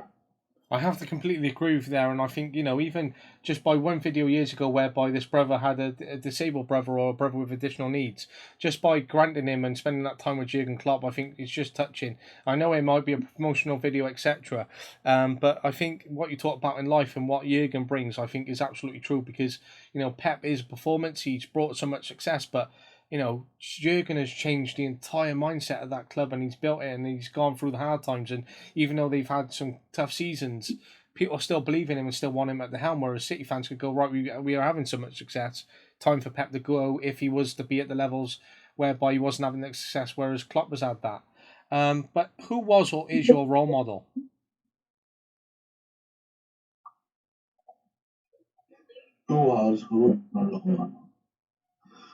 I think when I was younger, it'd probably be any black Welsh athlete, to be honest with you, because I think, especially growing up in North Wales, I think diversity is not the most used word dictionary, I'd say. I used to love watching, Robert Earnshaw for Wales, or Colin Charvis in the rugby.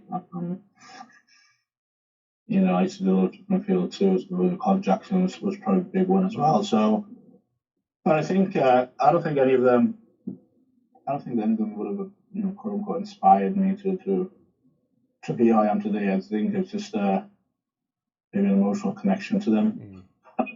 But to answer your question about it's like I don't know exactly the question. I think it's not so much who it is, but in terms of what they do, the notion of what they did. And there's a guy here in America, his name is Anson Dorrance, and he is the most successful women's coach on record, as they say. He's won the World Cup, he's won the Olympics, he's won more national championships at continental than anybody else. And I was really close to meeting him a couple of years back in LA, and it didn't work out. And I spent this entire conference trying to catch up and meet with him. I had a list of questions like you had. Okay, I'm going to ask these questions for him so I can take back and apply them in my work and then be a better coach. And I never got to ask the questions, but I was at a field session. They had a field in the middle of this convention center, and people putting sessions on. And I sat there for one of the last sessions before I left to go back home. And this coach, Anton Dorrance, came and sat 2 rows in front of me, right at the edge. And we were both in the aisle seat. And I remember thinking, oh my God, this is my chance. Like, I can literally touch him. Like, I can kick him in the head if I wanted to. And that's it. I'm going to ask him my questions. But I was trying to think of what questions to ask him, blah, blah, blah. And I ended up just watching him, like, weirdly, just staring at him. And to think that this guy had, already won the World Cup, Women's World Cup, and he had the Olympic medal and all these championship stuff, and he'd been at University of North Carolina for 10, 15, 20 years, and one of the most successful coaches ever in the female game. He was sat there jotting down every single piece of information he could get out of this session, and I wrote him a letter afterwards, and I was like, listen, I had all these questions and I had these ideas, had this conversation with you, but I think watching you taught me so much more how to be successful. Like, it doesn't matter how much you have to have the obsession of wanting to be better and always having a growth mindset, is what I got from watching you just work at the session. Answered every question I could ever think of.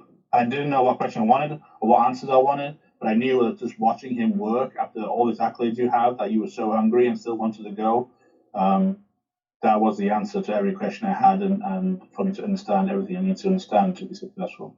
I love that, and I think that's a great story to fit in with that, and I love that you've built upon that as well. If you were a younger self, you got the opportunity to be a full-time professional player or a full-time coach, which one do you think you would pick? Listen, Do I get to pick where I go as well, where I work at? Yeah, everything.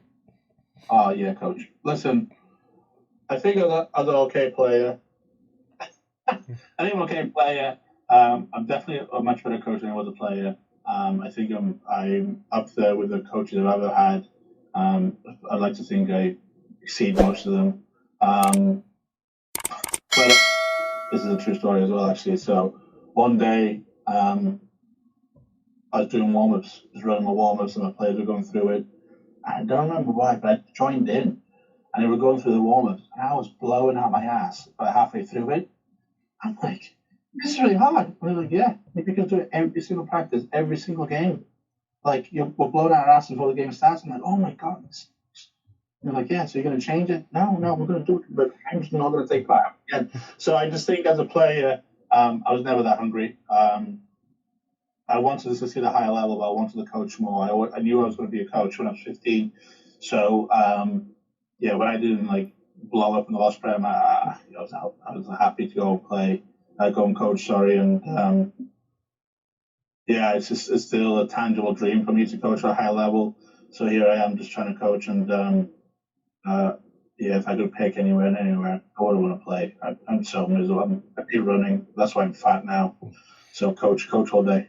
Love that, and I think that's a great answer in terms of realizing and not being hungry. And sometimes that I reflect back because they talk about the better players being the best coaches or leading up to being good coaches because they got that knowledge and background behind them.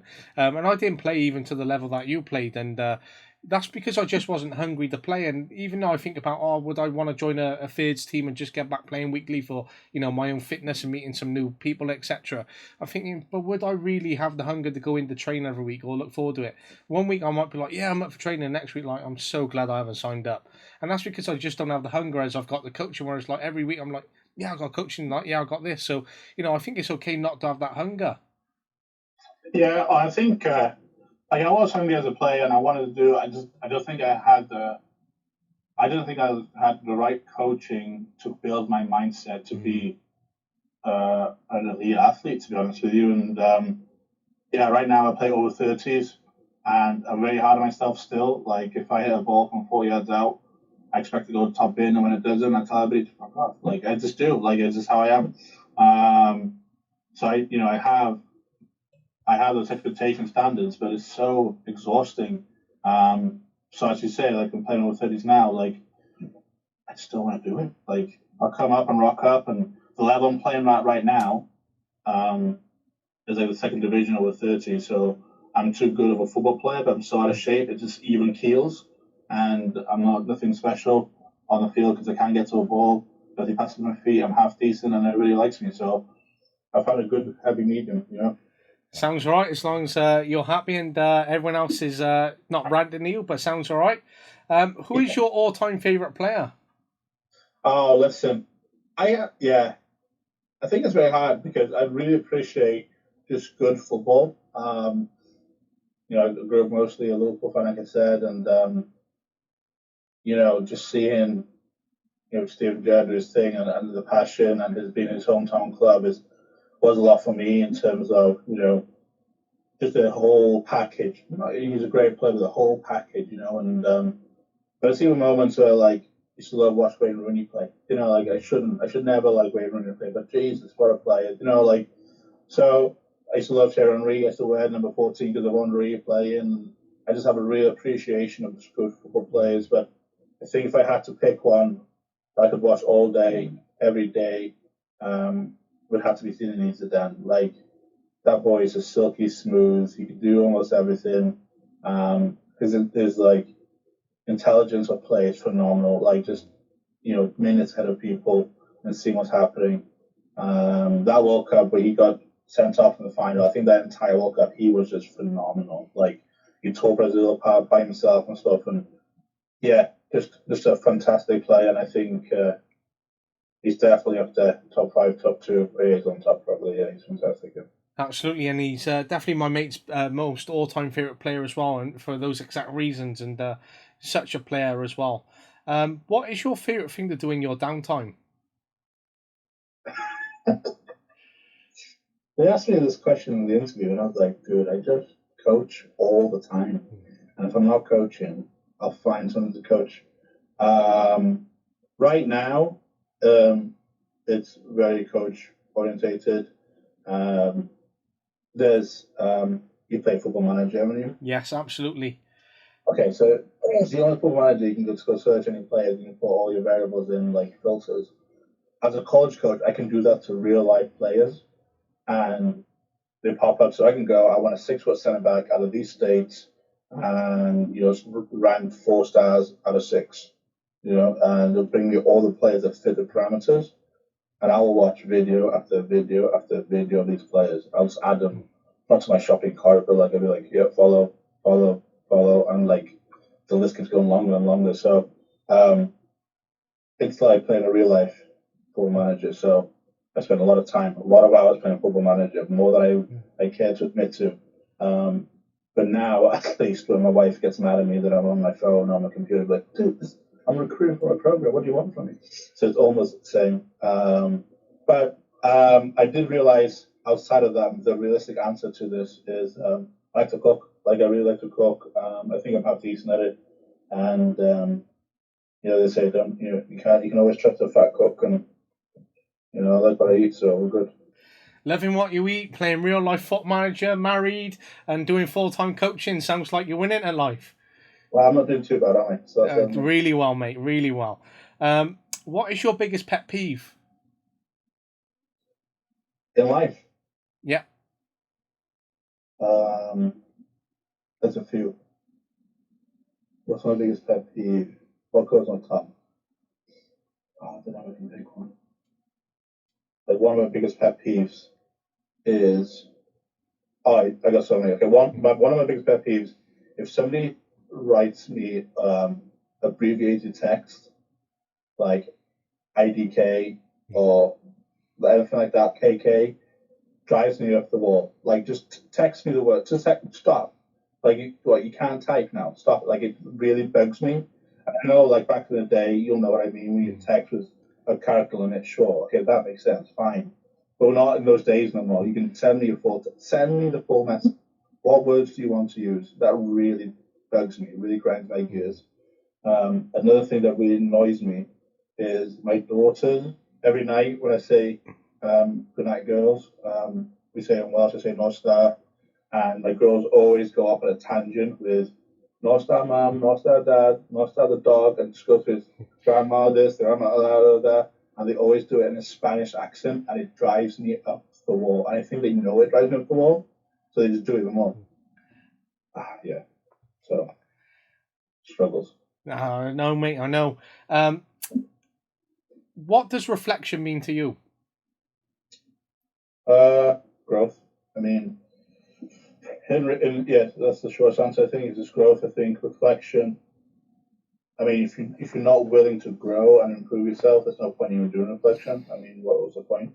So, one thing I have here is I call a 6-pillar system. So I try to break down the program I run into 6 pillars, for example, and we reflect on growing each pillar. So, one of them is, athlete development. So what do we have in place to make sure athletes are getting better whilst in the program, whether it be nutrition or training, strength conditioning, so on and so forth. And we'll analyze all of the aspects and say what needs work. On nutrition, sucked this year, we didn't have enough bananas. I don't know, I'm drinking, so we didn't have enough of this at the end of the season. So how can we grow to make that better? So I'll do a lot of those reflections of the season just to make sure that we are getting better, we are growing, and we are putting stuff in place. Because, like I said, if you're not reflecting, you can't be growing. And if you don't want to grow, you ain't reflecting. So I love that. If you could remove any responsibility from your current responsibilities, what would they be? I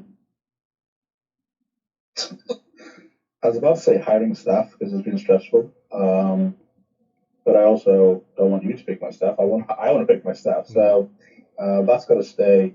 I think the admin work, to be honest with you, it's not too bad. But I just want to coach football. I just want to coach. I just want to be in the field. Even to some degree, I would say field setup, but I don't want people putting cones down the wrong place, so I'll do that myself as well. Yes, admin stuff. I want to make the decisions, but I don't want to sit here and schedule my buses and find out where we're going for dinner. Like, if I can give that to you, schedule a bus, just pick a place for us to eat. I'll approve it. Yeah, I like that place. Okay, we'll go. So I think administrative help would be fantastic if you know anybody who's available. If you had to sum up your style of football, what would it be? Style of football. Someone asked me this the other day. They came into my office, like a new recruit. And they're like, the old coach should do this. What are you planning on doing? Like, I don't win it. Like, are you going to play the back? No, if it loses me games, no. Are you going to go, play the outsides? No, if we can't score from them, we're not going to play the outside. So, I want to arrogantly say winning is my style of play. But I got to win football games to make that statement, right? So, but I think that I like to play mostly a 4-3-3. Last year I played a 4-4-2. 4-4-2 diamond with a trap in the midfield. We played a high line, not offside trap, just a high line, and a sweeper keeper. This year they played a lot of the back, so I might keep that in place and add some. I just really want to win football games, and if that means we go route one down the middle, down the throat, we'll do it. If it means we play at the back and try to be, 2005 Barcelona, I'm all game for it. But right now winning is the goal, and I don't care how we do it. Maybe ask me that question in 4 years when I have a full recruit of my players and I get to do what I want. I'll tell you, but just to win the game. Love that, and that'll be a true reflection upon 4 years' time of where you're at in this conversation. With 2 more to go, how do you hold your players accountable? So we talk about the guidelines and stuff and put that in place and holding it true. But I think also you have to create an environment where the players safely can call each other out. So a great example, right? We'll use an example, and it clearly says we can't drink tooth for a tournament or whatever it might be. I have to punish you, and you bring it in, and sometimes I'll do it. It's not always, but sometimes I bring it in and be like, guys, listen up. Here's the reality. It says here in the paper, page 5, whatever it is, you can't drink tooth for a game. Boy, Luca has been drinking. I go to the game, I'm kicking him out. Or for a week or whatever else. Everybody happy with that? And Snickers, whatever else. And your hope is that people go, yeah, that's the standard we want, that's what we want to be. It sucks. We don't want to lose him because they're a great player, but the reality is who we want to be is what's on that piece of paper, and that's what we're going to be. Because I think it's very important, you can be the dictator, the iron fist and rule, then it's not them, it's not their program, it's not their team then. And then you can backtrack a couple of weeks, couple of months where you go, all right, we're gonna get ready for the season, here are the guidelines we have. What changes we put in place? Is it strong enough? Is people gonna drop off the sideboard? Do we need to be stricter, maybe looser? Let's have a conversation. What's important for us? What values do we need? The players will give you feedback, and I've learned over the years there's a way to manipulate it to make it to get what you want, and that's the real kicker when the situation happens. You're like, but you guys let this happen. Like, you set the standard months ago, you put it in place, you understand the requirements, and you guys let yourselves go here. You failed yourselves. Not me. It's not my rule book anymore. It's their rule book. You said you want to be here, but apparently it's too much for you. So what are we going to do about it? And they kind of self-police themselves to be that, because they know they have almost an emotional attachment to it now, because it's not my rules they're breaking, it's our rules, and if you're obliged to keep it up. And I think that's a great explanation of Tim's that accountability, and just dropping in a little bit more about how you uphold that and instill that. So I think that's a great insight in terms of that. And the last one, and you might have touched upon this, you might have answered it earlier, but just to summarise and finish up on the episode, what is one thing you enjoy most about coaching?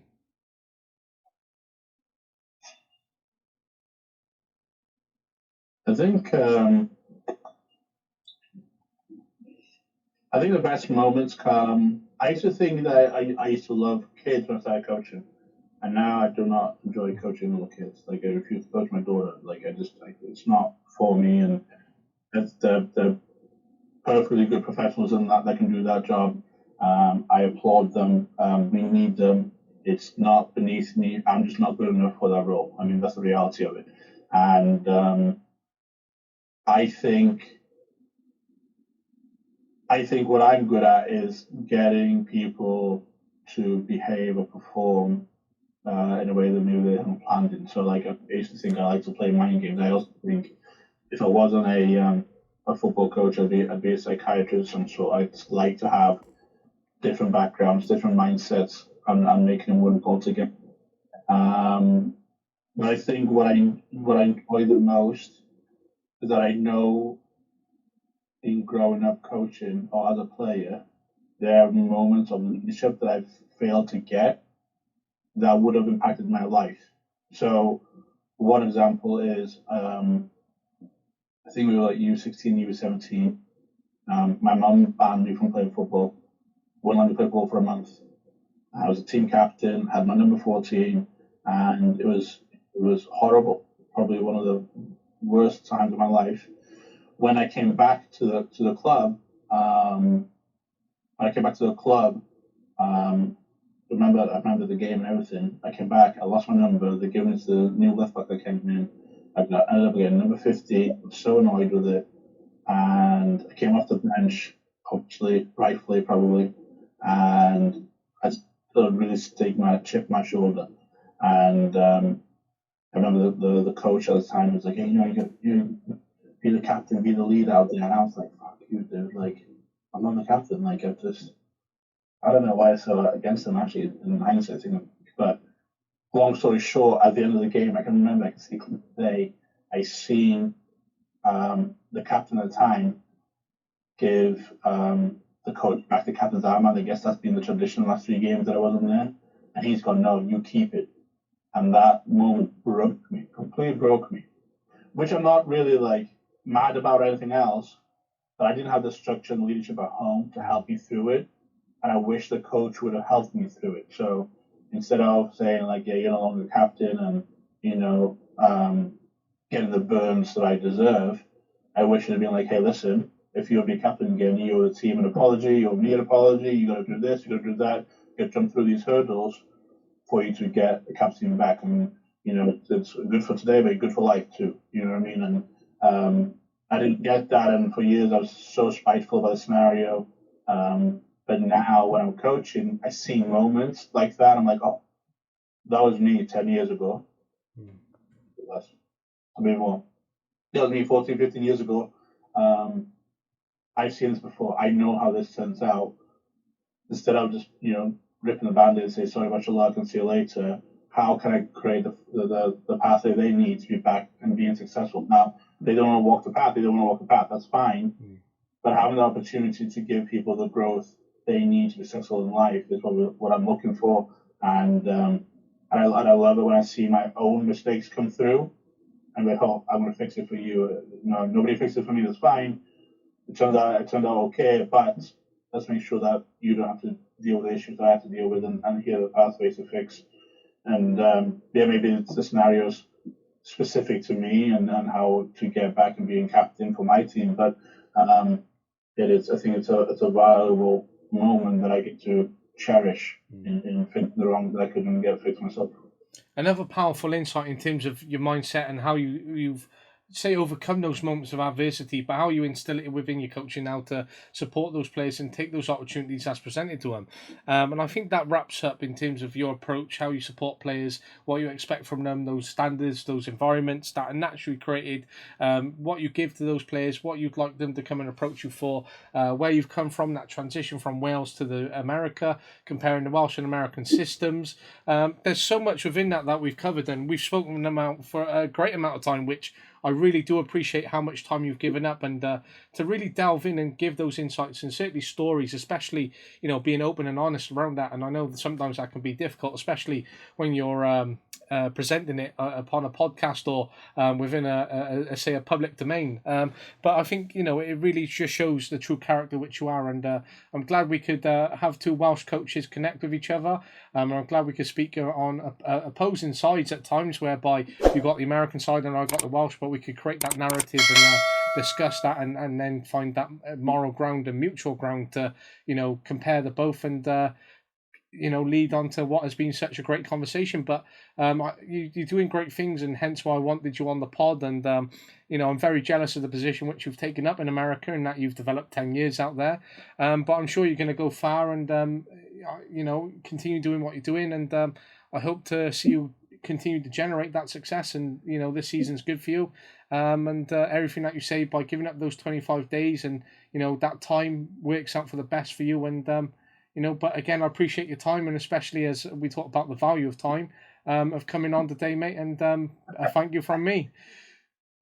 No worries, thank you so much. I appreciate it. It was a great conversation, to be honest with you, and you are right. We could really go out for another 2 hours and just keep chatting about this, but yeah, you're welcome. Thank you. No worries. Well, thank you very much, and I appreciate it, and I'll speak to you soon. All right, well, thank you. No worries. Cheers, mate. Thanks.